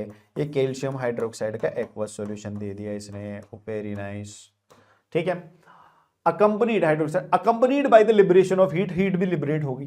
from the information given above it may be concluded that this reaction, ये जो रिएक्शन है ये क्या है, इज एंडोथर्मिक। भाई एंडोथर्मिक तो नहीं है, हीट लिबरेट हो रही है, तो कौन सी रिएक्शन है, एक्सोथर्मिक। समझो यानी ये अपन ने केमिकल रिएक्शन एंड इक्वेशन में भी पढ़ाई है, एक्सोथर्मिक है, एंडोथर्मिक नहीं है, एक्सोथर्मिक। अच्छा सॉरी, इनमें से भी हम अभी आंसर पर नहीं पहुंच सकते क्योंकि हम सिर्फ यहां पर हमें टाइप ऑफ रिएक्शन के बेसिस पर नहीं पहुंचा जा सकता। तो ये दो ऑप्शंस तो हमारे कट हो गए। बी को चेक करते हैं, एक्सोथर्मिक है but pH of the solution formed is 7। ये जो सॉल्यूशन फॉर्म हो रहा है इसका पीएच 7, अरे इसमें तो OH माइनस आयन है, 7 हो ही नहीं सकता दोस्त। क्या 7 हो ही नहीं सकता, 7 किसका होता है, न्यूट्रल का। ये क्या है, बेस। क्या है ये, बेस। ये वही बेस है जो बेबी को पसंद है। इसके बाद डी इज एक्सोथर्मिक, बिल्कुल करेक्ट है। Formed is more than 7, more than 7, तो डी यहां पर करेक्ट आंसर हो जाएगा। बहुत इनके आंसर आप भी कमेंट में डालते रहिएगा, ठीक है। अब हम पीएच की हमारी डेली लाइफ में क्या इंपॉर्टेंस है उस पर थोड़ा सा प्रकाश डालते हैं। तो यार हमारी एवरीडे लाइफ में पीएच बहुत ज्यादा रिक्वायर्ड है। प्लांट्स और एनिमल्स जो है वो पूरे पीएच सेंसिटिव होते हैं। हमारा जो बॉडी है, ह्यूमन बॉडी, वो इस पीएच रेंज में काम करता है। देखो ये इंपॉर्टेंट रेंज है, इस पीएच रेंज में हमारी बॉडी काम करती है। यानी अगर 7 से कम पीएच वाले सब्सटेंसेस हमारी बॉडी में जाएंगे तो वो हमें प्रॉब्लम क्रिएट करेंगे, और अगर 7.8 से ज्यादा वाले जो पीएच वैल्यू वाले सब्सटेंसेस हमारे बॉडी के अंदर एंटर करते हैं, हमारे ब्लड में, हमारे बॉडी के किसी भी पार्ट में एंटर करते हैं, तो they will cause the irritation. If pH of rain water is 5.6, अगर रेन वाटर का पीएच 5.6 से कम हो जाता है तो उसको हम एसिड रेन बोलने लग जाते हैं, यानी रेन अब एसिडिक हो गई है। That can be dangerous for the vegetation, dangerous for the infrastructure, dangerous for the skies. Plant जो है वो स्पेसिफिक रेंज का पीएच सॉइल में रिक्वायर करते हैं जिससे वो प्रॉपरली ग्रो हो सके। यानी सॉइल जो है वो बहुत ज्यादा एसिडिक भी नहीं होनी चाहिए, बहुत ज्यादा बेसिक भी नहीं होनी चाहिए, वो एक पर्टिकुलर रेंज में काम करते हैं, ठीक है। इन ऑन वेरी एसिडिक और very basic soil plant can not grow. अब हम हमारे पेट की बात कर लें यार, भाई पेट की बात तो करनी पड़ेगी ना दोस्तों खोना पड़ेगा कि नहीं पड़ेगा भाई। पेट की बात करते हैं, हमारे पेट के अंदर हाइड्रोक्लोरिक नामक एसिड जो है प्रोड्यूस होता है, और ये जो हाइड्रोक्लोरिक एसिड है ये बहुत ज्यादा स्ट्रॉन्ग एसिड है। इसके जुगाड़ ऊपर वाले ने दे रखा है हमको, म्यूकस, ठीक है। तो ड्यूरिंग इंडाइजेशन स्टमक जो है बहुत ज्यादा ये एसिड प्रोड्यूस करता है।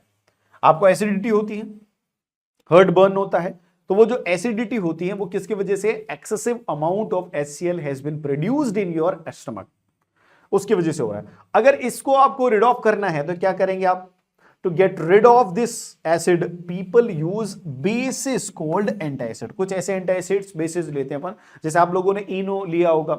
इनो एक तरीके का एंटासिड है, यानी एक ऐसा सॉल्ट है जो पेट के अंदर के एसिड को क्या कर देगा, न्यूट्रलाइज कर देगा।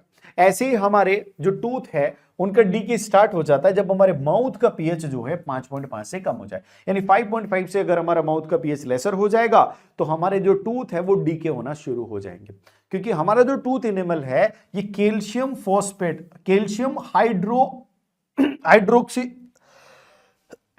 यहां पर कर लगा,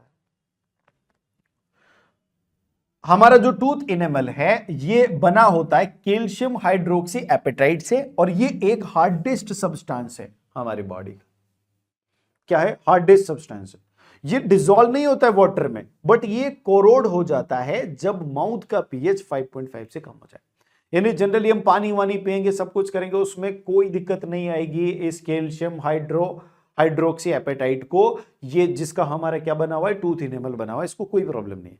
लेकिन जब हमारे माउथ का एसिड लेवल ज्यादा हो जाएगा, हमारे माउथ का जो मीडियम है उसका पीएच 5.5 से कम हो जाएगा, तब ये उसमें डिसॉल्व होना शुरू हो जाएगा, तब ये उसमें कोरोड होना शुरू हो जाएगा। यानी हमें हमारे माउथ का पीएच मेंटेन करके रखना है। वो कैसे होता है? हम ब्रश करते हैं, हम क्या करते हैं, हमारे माउथ में एसिडिटी है तो हम टूथपेस्ट करते हैं जो कि बेसिक नेचर का होता है, और एसिड और बेस दोनों न्यूट्रलाइज होकर बाहर निकल जाते हैं, यानी हमारे माउथ का पीएच मेंटेन हो जाता है। अब देखो, salt present in the tooth enamel is 2024 में, इन 2024 में क्वेश्चन आया, कौन सा सॉल्ट इसमें है? कैल्शियम फॉस्फेट होता है, मैग्नीशियम नहीं होता है, सोडियम नहीं होता है, एल्यूमिनियम नहीं होता है। मैंने बताया ना आपको, कैल्शियम हाइड्रोक्सी एपेटाइट, ठीक है, और ये किसका होता है? जनरली कैल्शियम फॉस्फेट का बना होता है, कैल्शियम फॉस्फेट से बना होता है। अभी देखो, बी स्टिंग पर थोड़ा सा बात करते हैं। मधुमक्खी आप लोगों को काट लेती हैं, बी जब आपको स्टिंग कर देती हैं तो आपको इरिटेशन होता है, स्वेलिंग होती है। ये क्यों होता है? क्योंकि मधुमक्खी के जो स्टिंग है उसके अंदर एसिड है, वो एसिड आपकी बॉडी में इंजेक्ट करती है, और उस एसिड का जो स्ट्रेंथ है वो ज्यादा होता है, जिसमें आपकी बॉडी कंफर्टेबल नहीं है, तो वो आपको इरिटेशन कोज करेगा। तो bee sting leaves an acid which causes the pain और इरिटेशन। इसको आपको रिड ऑफ करना है तो सिंपली क्या करेंगे भाई, एसिड है तो बेस से न्यूट्रलाइज कर देंगे। तो mild basis like baking soda और ये सब चीजें जो है, हम जो जहां पर हमारे स्टिंग किया है उस एरिया पर यूज करते हैं, so that they can be relieved. अभी हम आगे बात करें तो रेनफॉल जो है आजकल वो एसिडिक होती जा रही है। क्यों? एटमॉस्फेरिक पॉल्यूशन की वजह से। ये कैसे हो रहा है? ये कैसे हो रहा है एटमॉस्फेरिक पॉल्यूशन? आप ध्यान से समझिए, हम बहुत ज्यादा व्हीकलाइजेशन हो गया, यानी कि बहुत ज्यादा व्हीकल्स हम यूज करते हैं, पेट्रोल, डीजल, काफी सारे जो फ्यूल्स है वो बर्न हो रहे हैं। इन फ्यूल्स के अंदर क्या होता है? कार्बन तो होता ही है, नाइट्रोजन और सल्फर भी होता है, और ये सब बर्न होकर carbon dioxide, nitrogen dioxide, sulphur dioxide ये सब प्रोड्यूस करते हैं। और जब ये हवा के साथ ऊपर जाते हैं, ऊपर मॉइस्चर के साथ रिएक्ट करते हैं, तो ये एसिड प्रोड्यूस करते हैं, और वही एसिड जो है पर्सिपिटेट होकर नीचे आ जाता है। जब एसिड आ रहा है रेन के साथ, तो रेन कैसी हो जाएगी? एसिडिक।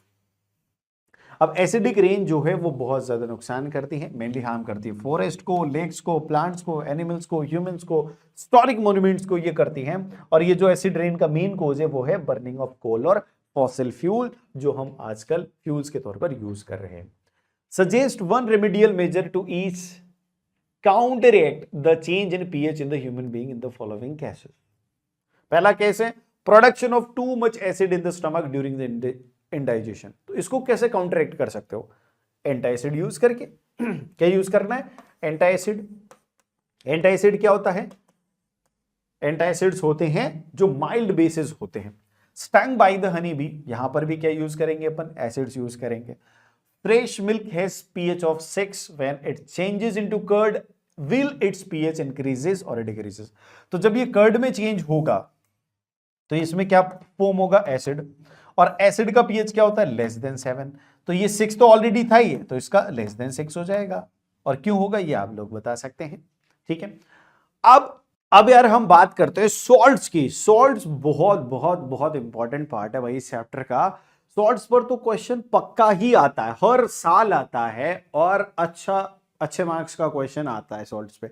चलो सबसे पहले समझते हैं कि सॉल्ट्स होते क्या है यार। सॉल्ट्स क्या है? एक large class of ionic compound है। कैसे कंपाउंड है? आयनिक कंपाउंड, जो किससे फॉर्म हुए हैं? जो एसिड और बेस की रिएक्शन से फॉर्म है, यानी those are formed by the reaction of acids और बेसिस। अब एसिड और बेस की रिएक्शन से फॉर्म होंगे तो क्या होगा? न्यूट्रलाइजेशन होगा। न्यूट्रलाइजेशन में क्या बनेगा? वाटर बनेगा और सॉल्ट बनेगा।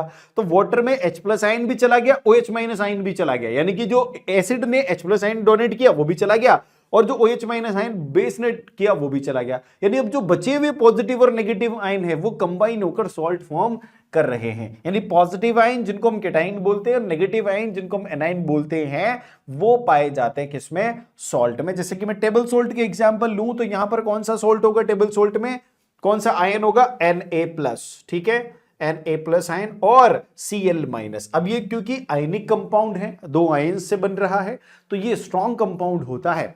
तो दे forms a crystalline structure held by the strong ionic bond, conduct electricity when molten और डिसॉल्व्ड कंडीशन।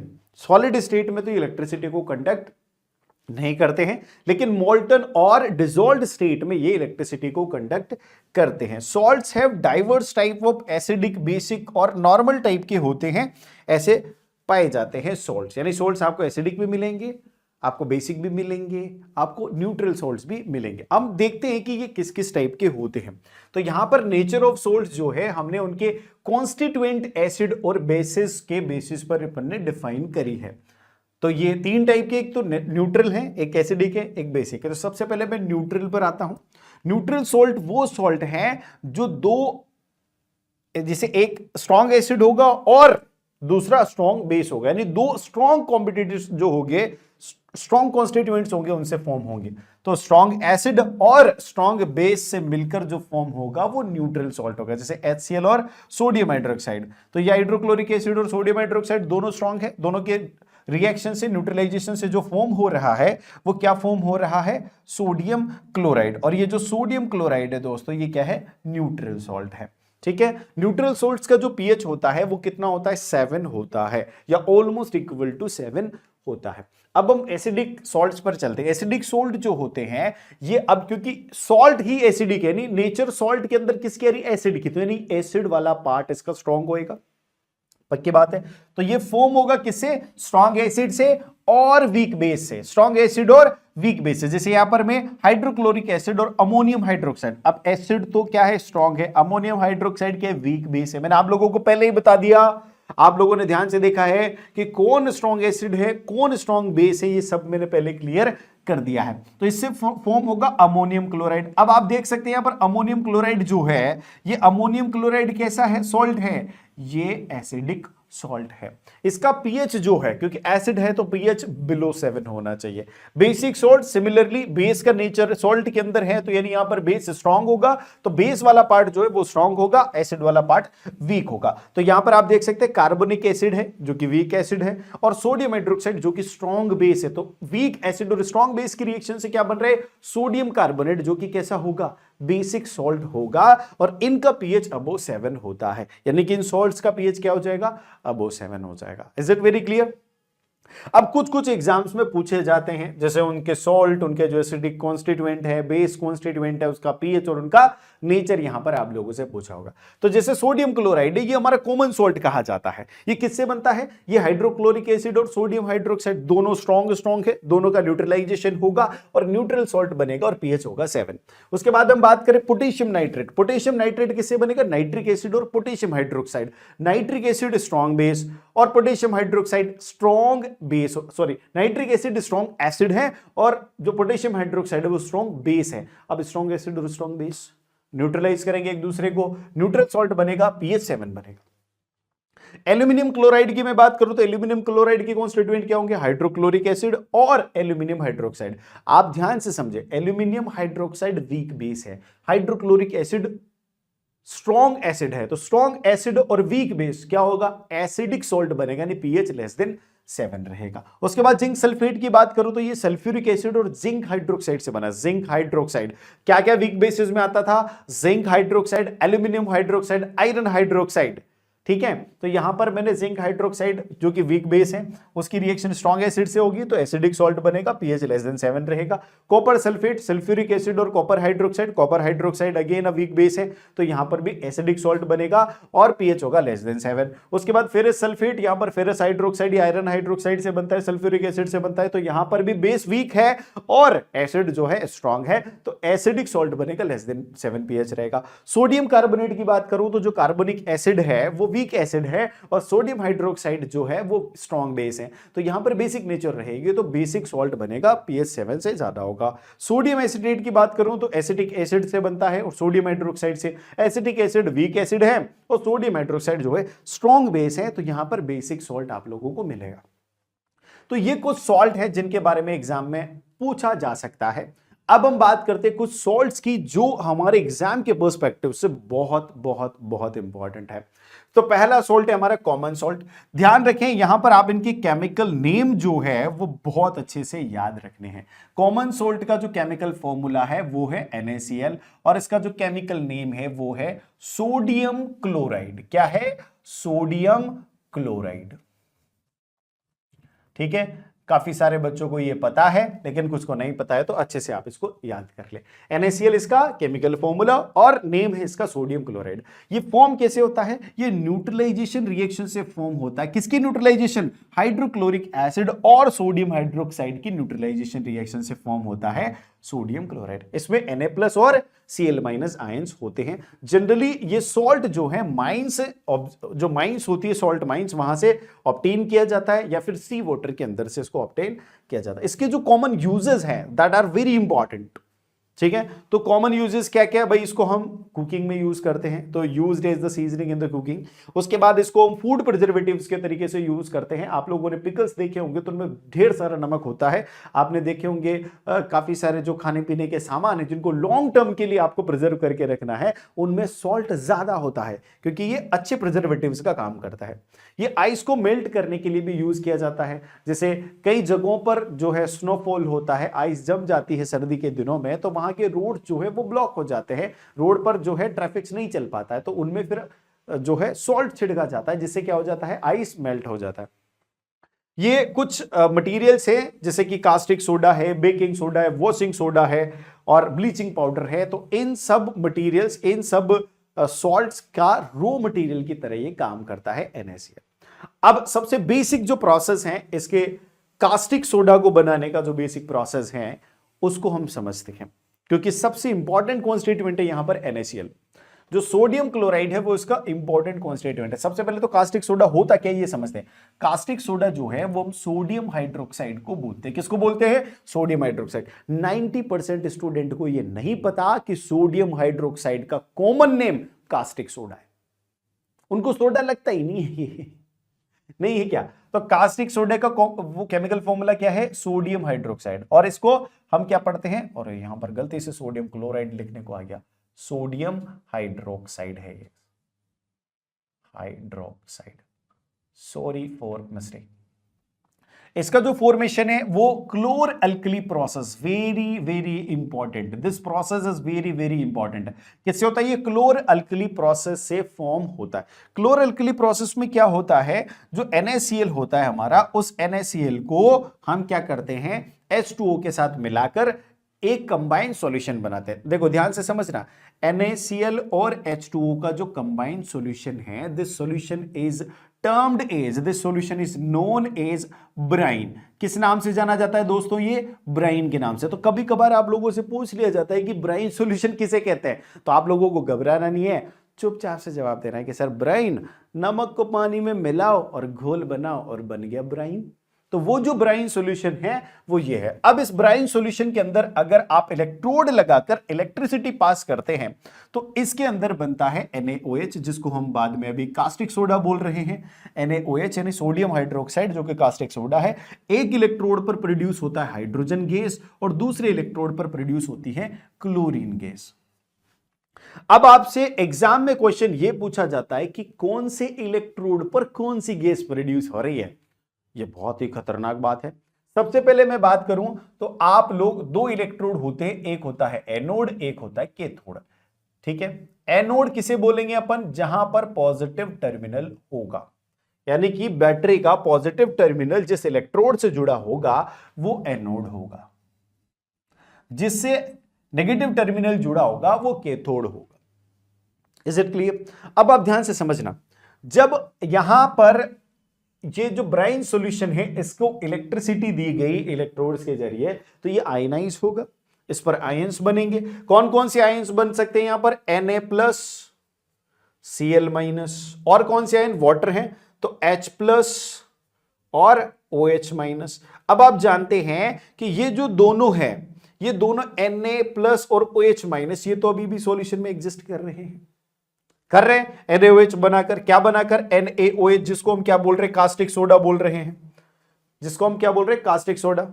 तो क्या करना है दोस्तों, ध्यान से समझे, NaOH यहां पर बन रहा है, यहां पर ये जो H प्लस आयन है ये सस्पेंडेड है, यहां पर जो क्लोरीन माइनस आयन है ये सस्पेंडेड है। तो ये जो H प्लस आयन है ये खुद पॉजिटिव आयन है, तो कौन से इलेक्ट्रोड की तरफ अट्रैक्ट होंगे, नेगेटिव इलेक्ट्रोड की तरफ, और ये खुद जो है नेगेटिव आयन है, तो कौन से इलेक्ट्रोड की तरफ अट्रैक्ट होंगे, पॉजिटिव इलेक्ट्रोड की तरफ। यानी कि यहां पर क्लोरीन माइनस आयन कंबाइन होकर क्या बना रहे हैं, क्लोरीन गैस, और यहां पर जो H प्लस आयन है वो कंबाइन होकर क्या बना रहे हैं, हाइड्रोजन गैस। यानी hydrogen gas will be produced on the cathode and chlorine gas will produce on the anode. के यही चीज यहां पर लिखी हुई, एनोड पर क्लोरीन गैस, कैथोड पर हाइड्रोजन गैस।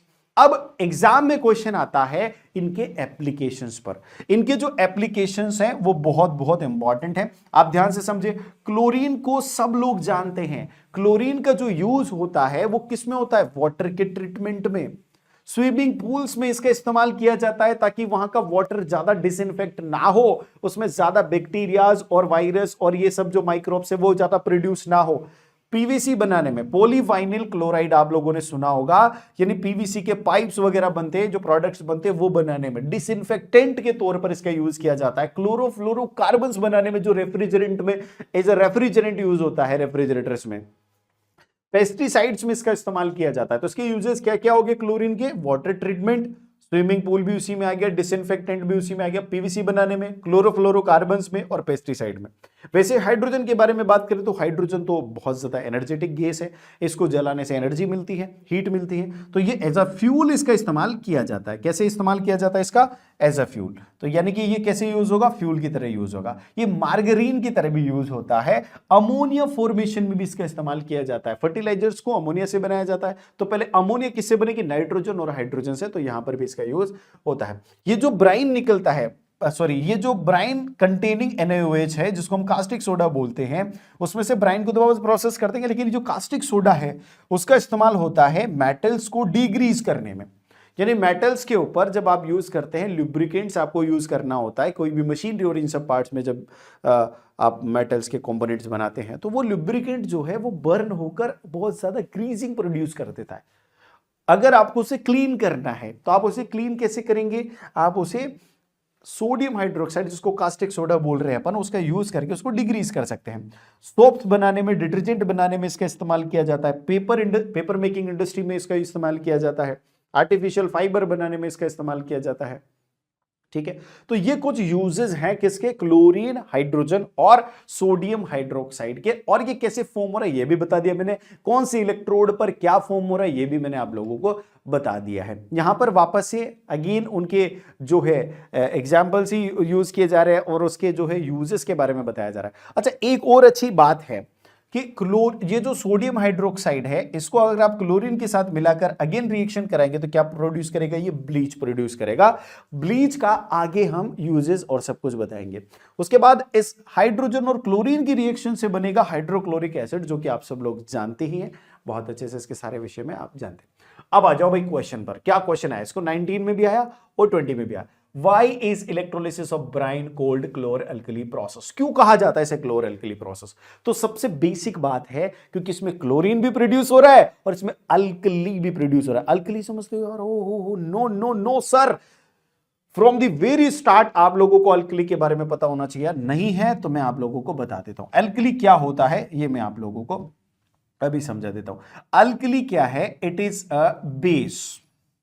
ये वो बेस है जो वाटर में सॉल्युबल है, बेसिस सॉल्युबल इन वाटर।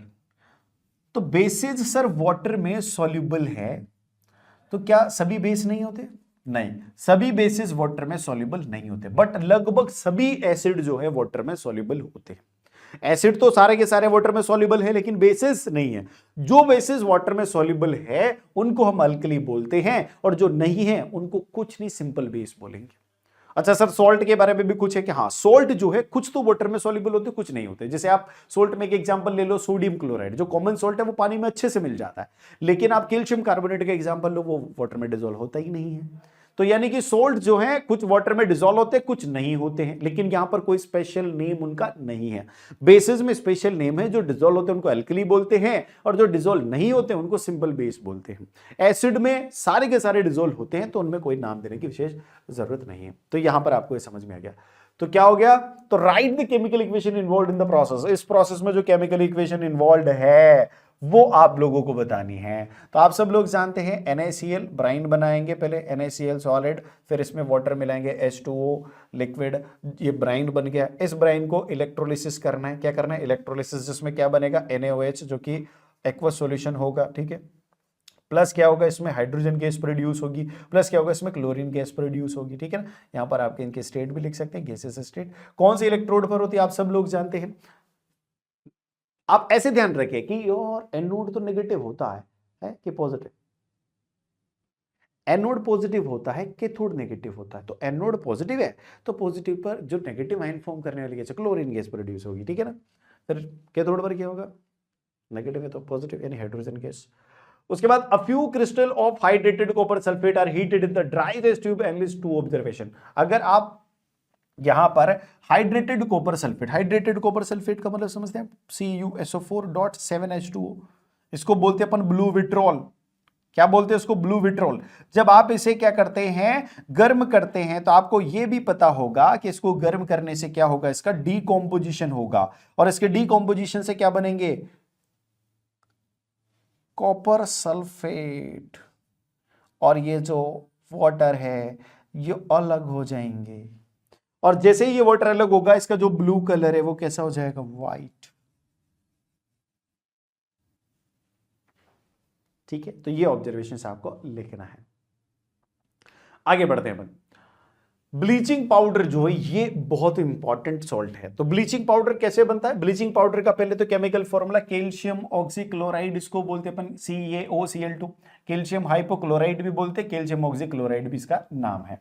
इसकी रिएक्शन क्या है फॉर्मेशन की, जब कैल्शियम हाइड्रोक्साइड जो होता है, कैल्शियम हाइड्रोक्साइड के साथ आप जब रिएक्शन कराएंगे, किसकी, कहां चला गया भाई हमारा, कैल्शियम हाइड्रोक्साइड के साथ आप क्लोरीन की रिएक्शन कराएंगे, तो क्या बनेगा, कैल्शियम ऑक्सीक्लोराइड बनेगा और वाटर प्रोड्यूस होगा, और इसी को हम क्या बोलेंगे, ब्लीचिंग पाउडर। क्या बोलेंगे बच्चों, ब्लीचिंग पाउडर। अब ब्लीचिंग पाउडर के जो यूजेस हैं that are very very important.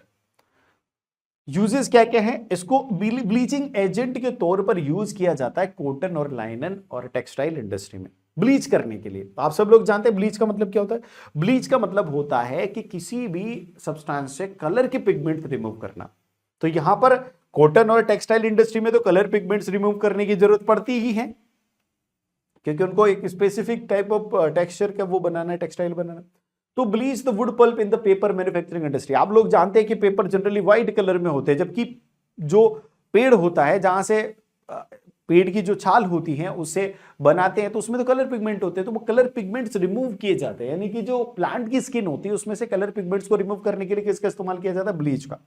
उसके बाद ये वॉश्ड जो क्लोथ्स है लॉन्ड्री में, उनके लिए भी ब्लीच करने में इसका इस्तेमाल किया जाता है। क्यों किया जाता है, देखो आप लोगों ने देखा होगा कई सारे व्हाइट क्लोथ होते हैं जिन पर दाग लग जाते हैं, तो दाग को रिमूव करने के लिए ब्लीच का इस्तेमाल किया जाता है जनरली। ऑक्सीडाइजिंग एजेंट के, क्योंकि इसमें एक्टिव ऑक्सीजन मिल जाएगी तो ये ऑक्सीडाइज कर देगा दूसरे सब्सटेंस को। इसके अंदर क्लोरीन मिल जाएगी तो ये क्या करेगा, वाटर को डिसइंफेक्ट कर देगा और जर्म फ्री कर देगा। तो ये भी कुछ इसके एप्लीकेशंस हैं। क्वेश्चन है कि chemical compound X is used to bleach washed cloth. अब ब्लीच के लिए यूज किया जा रहा है तो ब्लीचिंग पाउडर ही होगा, ठीक है। As to make drinking water free from germs, अच्छा जर्म्स से फ्री करता है, देन अगेन यहां पर ब्लीचिंग पाउडर ही है। Identify X, how this compound represented, right the method of its preparation along with the chemical equation for the. तो पूरा का पूरा जो प्रोसेस है ये पूरा का पूरा आप लोगों को लिखना है। यहां से कैल्शियम हाइड्रोक्साइड क्लोरीन की रिएक्शन कैल्शियम ऑक्सीक्लोराइड बन रहा है, कैसे हो रहा है, क्या हो रहा है, ये सारा का सारा प्रोसेस आप लोगों को यहां पर एक्सप्लेन करना है बहुत अच्छे तरीके से, ठीक है। इसका नाम लिखना है पहले तो, और फिर इसकी प्रिपरेशन की पूरी इक्वेशन आपको लिखनी। अब हम आते हैं नेक्स्ट पर, जिसका नाम है baking soda. Baking soda is very very important. Baking सोडे का जो केमिकल फॉर्मूला है वो है सोडियम हाइड्रोजन कार्बोनेट, यहां पर आप देखेंगे NaHCO3, सोडियम हाइड्रोजन कार्बोनेट। इसको सोडियम बाइकार्बोनेट भी बोलते हैं। क्या बोलते हैं इसको? सोडियम बाइकार्बोनेट्स भी बोलते हैं। इसकी रिएक्शन क्या है फॉर्मेशन की?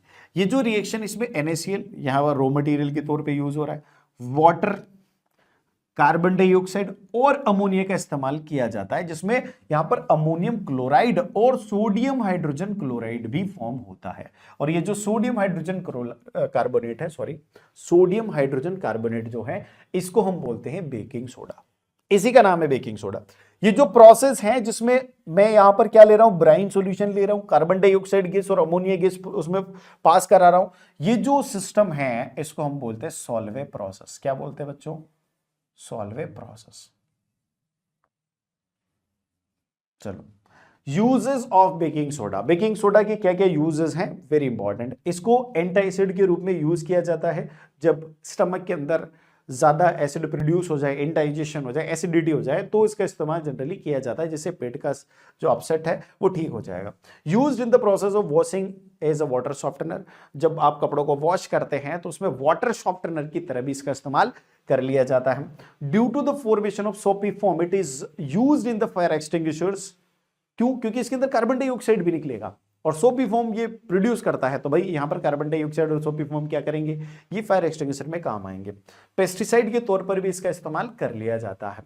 इसका अब मेन इस्तेमाल आता है used in the baking industry. जो बेकिंग इंडस्ट्री है, जहां पर केक वगैरह बनते हैं, मफिन्स, केक्स और ये सब, वहां पर इसका इस्तेमाल किया जाता है। क्योंकि ये क्या करता है, जब इसको आप गर्म करोगे ना, ये जो बेकिंग सोडा, इसको आप गर्म करोगे तो जैसे आप इसे गर्म करोगे, सोडियम कार्बोनेट प्रोड्यूस करेगा और कार्बन डाइऑक्साइड गैस प्रोड्यूस करेगा। और ये कार्बन डाइऑक्साइड जो है, ये जो डो होता है उसको रेज करेगी, प्लफी बनाएगी, केक को स्पॉन्जी बनाएगी। ठीक है ना? यानी इसका इस्तेमाल जनरली ये किया जाता है। आप सब लोगों ने भी देखा होगा, इडली बनाते वक्त आप इसका इस्तेमाल करते हैं, खमन बनाते वक्त आप इसका इस्तेमाल करते हैं ना बेकिंग सोडे का। मीठा सोडा भी बोलते हैं कई जगहों पर इसको। तो जैसे ही गर्म होता है क्या होता है, कार्बन डाइऑक्साइड प्रोड्यूस होती है, जैसे फ्लफी हो जाता है। इसका इस्तेमाल बेकिंग पाउडर बनाने में भी किया जाता है। It is very very important point. जो बेकिंग पाउडर है हमारे पास, वो बनाने के लिए भी किसका इस्तेमाल किया जाता है? इस बेकिंग सोडे का किया जाता है। तो बेकिंग पाउडर क्या होता है, पहले ये समझते हैं। बेकिंग पाउडर सिर्फ एक मिक्सचर है। What is this? मिक्सचर। किसका मिक्सचर है? बेकिंग सोडा होना चाहिए। यहां पर क्या होना चाहिए दोस्तों? बेकिंग सोडा, बेकिंग सोडा होना चाहिए। और प्लस इसमें बेकिंग सोडे के साथ अगर मैं माइल्ड एडिबल एसिड मिला दूं। माइल्ड एडिबल एसिड कैसे होगा? एडिबल का मतलब जो जिसको हम खा सकते हैं, that can be eaten, edible acid. अब एडिबल एसिड में क्या क्या आते हैं? टमाटर भी आते हैं, आता है। टोमेटो के अंदर ऑक्जेलिक एसिड, मैलिक एसिड होता है, एप्पल के अंदर टार्ट्रिक एसिड होता है, टैमरिंड के अंदर। तो जैसे टैमरिंड का जो टार्ट्रिक एसिड है वो ले लिया हमने।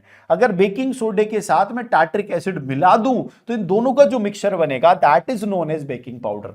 और जब भी आप उस बेकिंग पाउडर को हीट करेंगे या उसके अंदर पानी मिला देंगे, या तो हीट करेंगे या उसमें पानी मिला देंगे, बिना हीट करे भी पानी मिलाने से भी ये रिएक्शन हो जाएगी, क्योंकि एक एसिड है, एक बेसिक नेचर का है, एक एसिडिक नेचर का है। जब दोनों की रिएक्शन होगी तो क्या प्रोड्यूस होगा?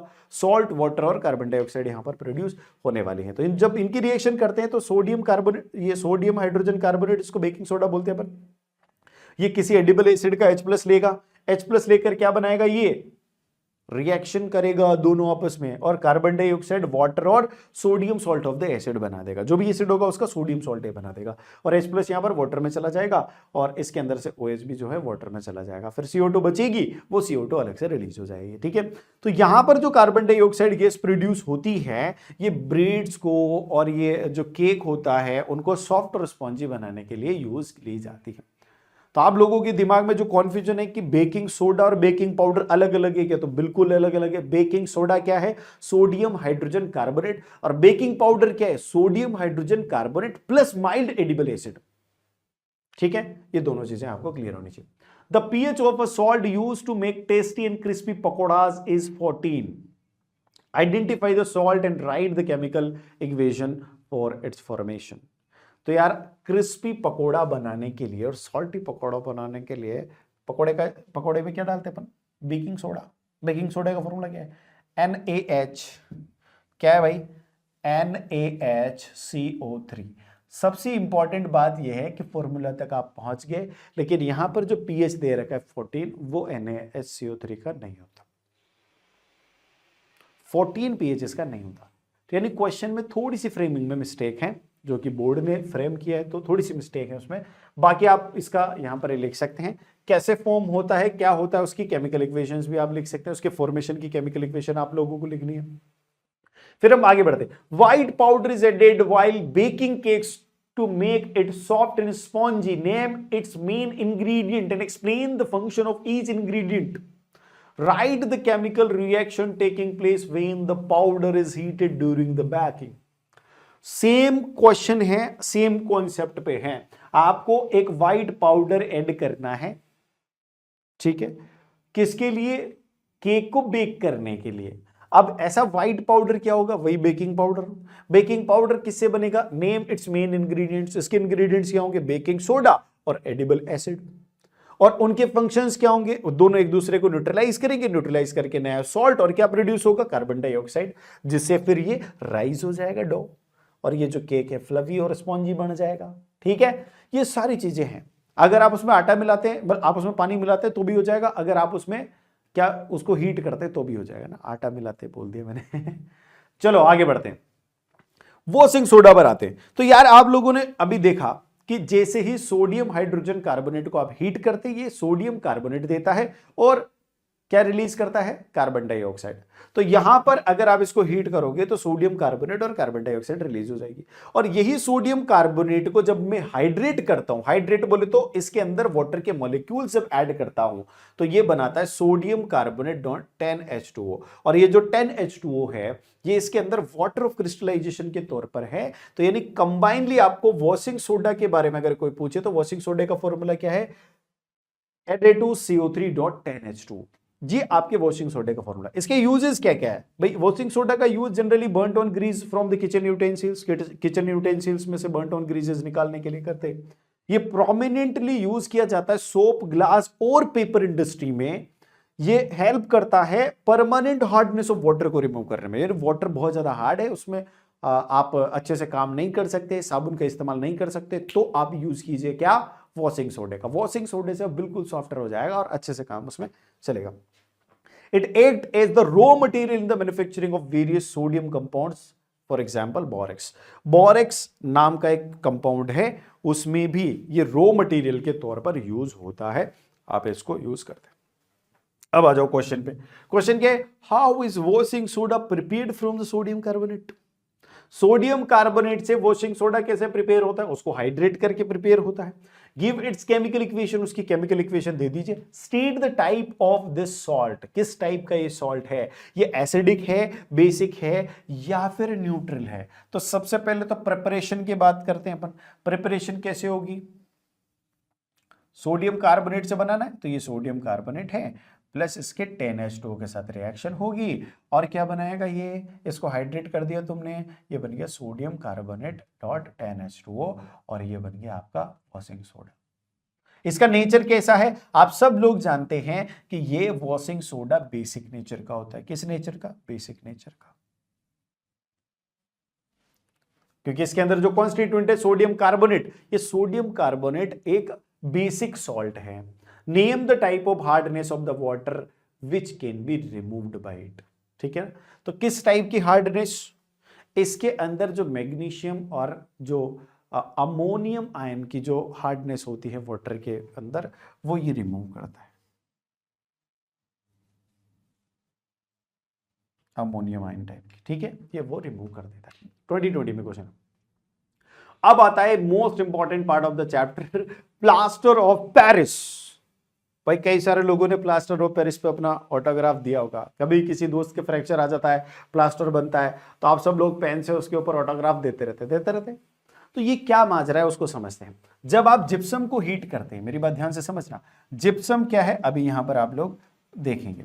जब आप जिप्सम को हीट करते हैं कितने टेम्परेचर पे? 373 केल्विन टेम्परेचर पे, तो ये कुछ वाटर के मॉलिक्यूल लूज करता है और कैल्शियम सल्फेट हेमीहाइड्रेट बनाता है। रिएक्शन देखो आप यहां पर, कैल्शियम सल्फेट है, और .2H2O, यानी कैल्शियम सल्फेट के पास यहां पर क्या है, 2 वाटर के मॉलिक्यूल है, यानी कैल्शियम सल्फेट डाइहाइड्रेट है। क्या है ये, कैल्शियम सल्फेट डाइहाइड्रेट, जिसका नाम क्या है, जिप्सम, इसी का नाम है जिप्सम। तो जब इस जिप्सम को आप 373 केल्विन पर हीट करते हैं तो इसके अंदर से वाटर के कुछ मॉलिक्यूल्स लूज हो जाते हैं, और ये वाटर के मॉलिक्यूल लूज होकर ये बनाता है कैल्शियम सल्फेट हेमीहाइड्रेट, और इसका नाम है पीओपी, प्लास्टर ऑफ पेरिस। इसका नाम क्या है, पीओपी, प्लास्टर ऑफ पेरिस। तो यानी यही calcium sulphate hemihydrate is called as plaster of Paris. ये वो सब्सटेंस है which doctor use as plaster for supporting fractured bone in the right position. यानी किसी की बोन फ्रैक्चर हो जाती है तो उसको उसकी राइट पोजीशन में रखने के लिए, राइट पोजीशन में सपोर्ट प्रोवाइड करने के लिए इसका इस्तेमाल करते हैं, प्लास्टर ऑफ पेरिस का। इसकी प्रॉपर्टीज के बारे में बात करें तो ये जनरली व्हाइट कलर का होता है। इसके पास एक प्रॉपर्टी होती है कि ये सेट हो जाएगा हार्ड मास में। जब कब हो गए set, when wetting with water which is due to its hydration to form the crystal of gypsum. यानी जब आप इसको वेट करेंगे, यानी इसके अंदर वाटर ऐड कर देंगे तो ये गीला हो जाएगा, गीला हो जाएगा तो क्या फॉर्म करेगा, जिप्सम, और जिप्सम सूखने के बाद सेट हो जाता है। इस वजह से इसका इस्तेमाल करते हैं डॉक्टर लोग। POP should therefore be stored in the moisture proof container. इसीलिए पीओपी जो प्लास्टर ऑफ पेरिस से जो पाउडर है, इसको मॉइस्चर प्रूफ कंटेनर में रखा जाता है ताकि ये मॉइस्चर से रिएक्शन ना करे। यानी अगर मान लो, यहां पर मैं आप लोगों को बता देता हूं मॉइस्चर से कैसे रिएक्शन करेगा। आपके पास ये प्लास्टर ऑफ पेरिस है, अगर इसमें वाटर मिल गया, ये वाटर के मॉलिक्यूल से इसने रिएक्ट कर लिया तो क्या बनाएगा, ये जिप्सम बनाएगा। और ये जिप्सम की ऐसी सिचुएशन है कि ये जैसे ही वाटर इसमें से सूखेगा ये कैसा हो जाएगा, हार्ड हो जाएगा। हार्ड हो जाएगा तो फिर ये और कोई यूज के लिए नहीं रहेगा, ठीक है। तो इसलिए इसको मॉइस्चर प्रूफ कंटेनर में रखा जाता है। इसके यूजेस क्या क्या है, प्लास्टर ऑफ पेरिस जो है ये टॉयज बनाने में, ये काफी सारे डेकोरेटिव मटेरियल्स बनाने में, सरफेस को स्मूथ करने में इसका इस्तेमाल किया जाता है। It is use for the setting fractured bone, जो कि अपन लोग पढ़ चुके हैं। इसका यूज फायर प्रूफिंग मटेरियल्स के तरीके से भी किया जाता है, यानी कहीं पर आपको फायर प्रूफिंग करनी है, यानी दीवारों में या कई फर्नीचर के आसपास आपको करना है तो फायर प्रूफिंग के तरीके से भी इसको किया जाता है। ये सीमेंट इंडस्ट्री में भी इसका यूज किया जाता है। इसकी लो थर्मल कंडक्टिविटी की वजह से इसको ड्राई वॉल्स और वॉल बोर्ड्स बनाने में भी यूज किया जाता है। ध्यान रहे, आप लोगों ने जनरली जो केमिकल फॉर्मूले पढ़े होंगे वहां पर कोई भी मॉलिक्यूल जो है फ्रैक्शंस में नहीं देखा होगा ज्यादातर। तो यहां पर फ्रैक्शन में होने का मतलब क्या है कि यहां पर जो हाफ वाटर का मॉलिक्यूल है वो, जो कि कैल्शियम सल्फेट के साथ में अटैच्ड है, वो इस वजह से है क्योंकि यहां पर 2 कैल्शियम सल्फेट के मॉलिक्यूल एक वाटर के मॉलिक्यूल को शेयर करते हैं। अब 2 एक को शेयर करते हैं तो एक को कितना है, आधा, इसलिए यहां पर हाफ लिखा हुआ है, बाकी और कोई मैटर नहीं है, ठीक है। अब हम एक लास्ट चीज हमारे पास रहेगी, वो है वाटर ऑफ क्रिस्टलाइजेशन, उसको अभी समझेंगे, उससे पहले कुछ क्वेश्चन करते हैं।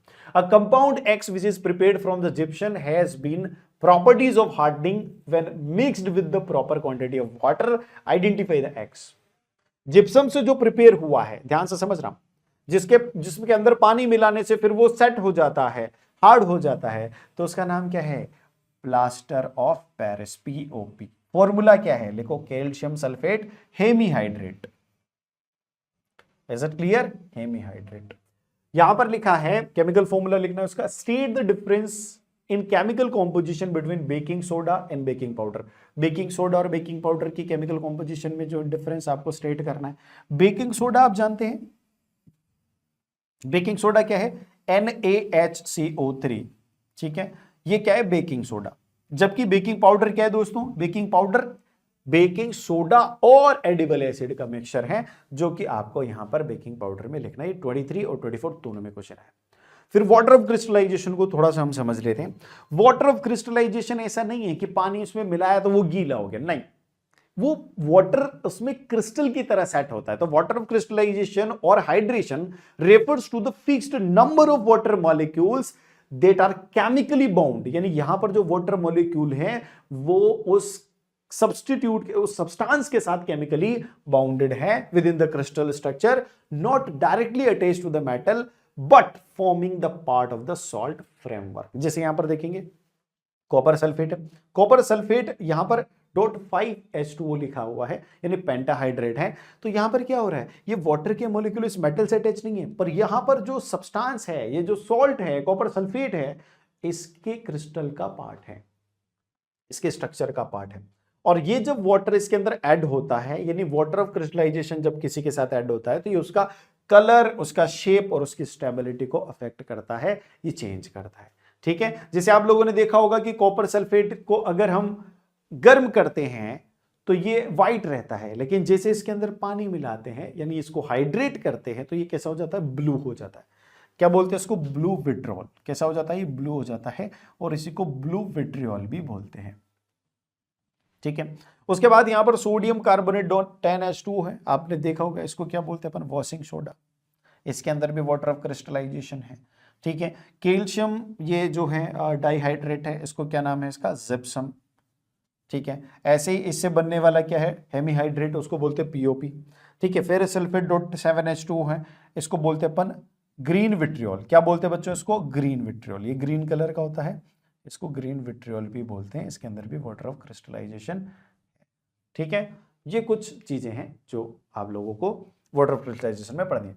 अब देखो क्वेश्चन सॉल्व करो। In one formula unit of the salt X, 7 molecules of the water of crystallization are present। 7 molecule किस में है ये, क्या वो कॉपर सल्फेट में है, क्या वो इसमें है, क्या इसमें है। देखो यहां पर आप दोनों इनके फॉर्मूलों को जब भी देखेंगे, इसके साथ कॉपर सल्फेट के साथ कितना था, कॉपर सल्फेट के साथ याद करो 5 पेंटाहाइड्रेट।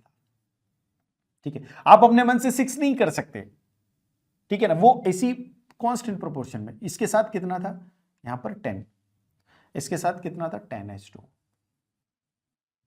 इसके साथ कितना था 7H2O, जिसको मैं ग्रीन विट्रियोल बोल रहा था। इसके साथ कितना था 2H2O और या फिर हाफ H2। ये कैल्शियम सल्फेट, 2H2 तो जिप्सम है और हाफ H2O POP है। तो यहां पर 7H2O किसके साथ है, crystallisation are present 7 molecule, C के साथ। आंसर हो जाएगा C।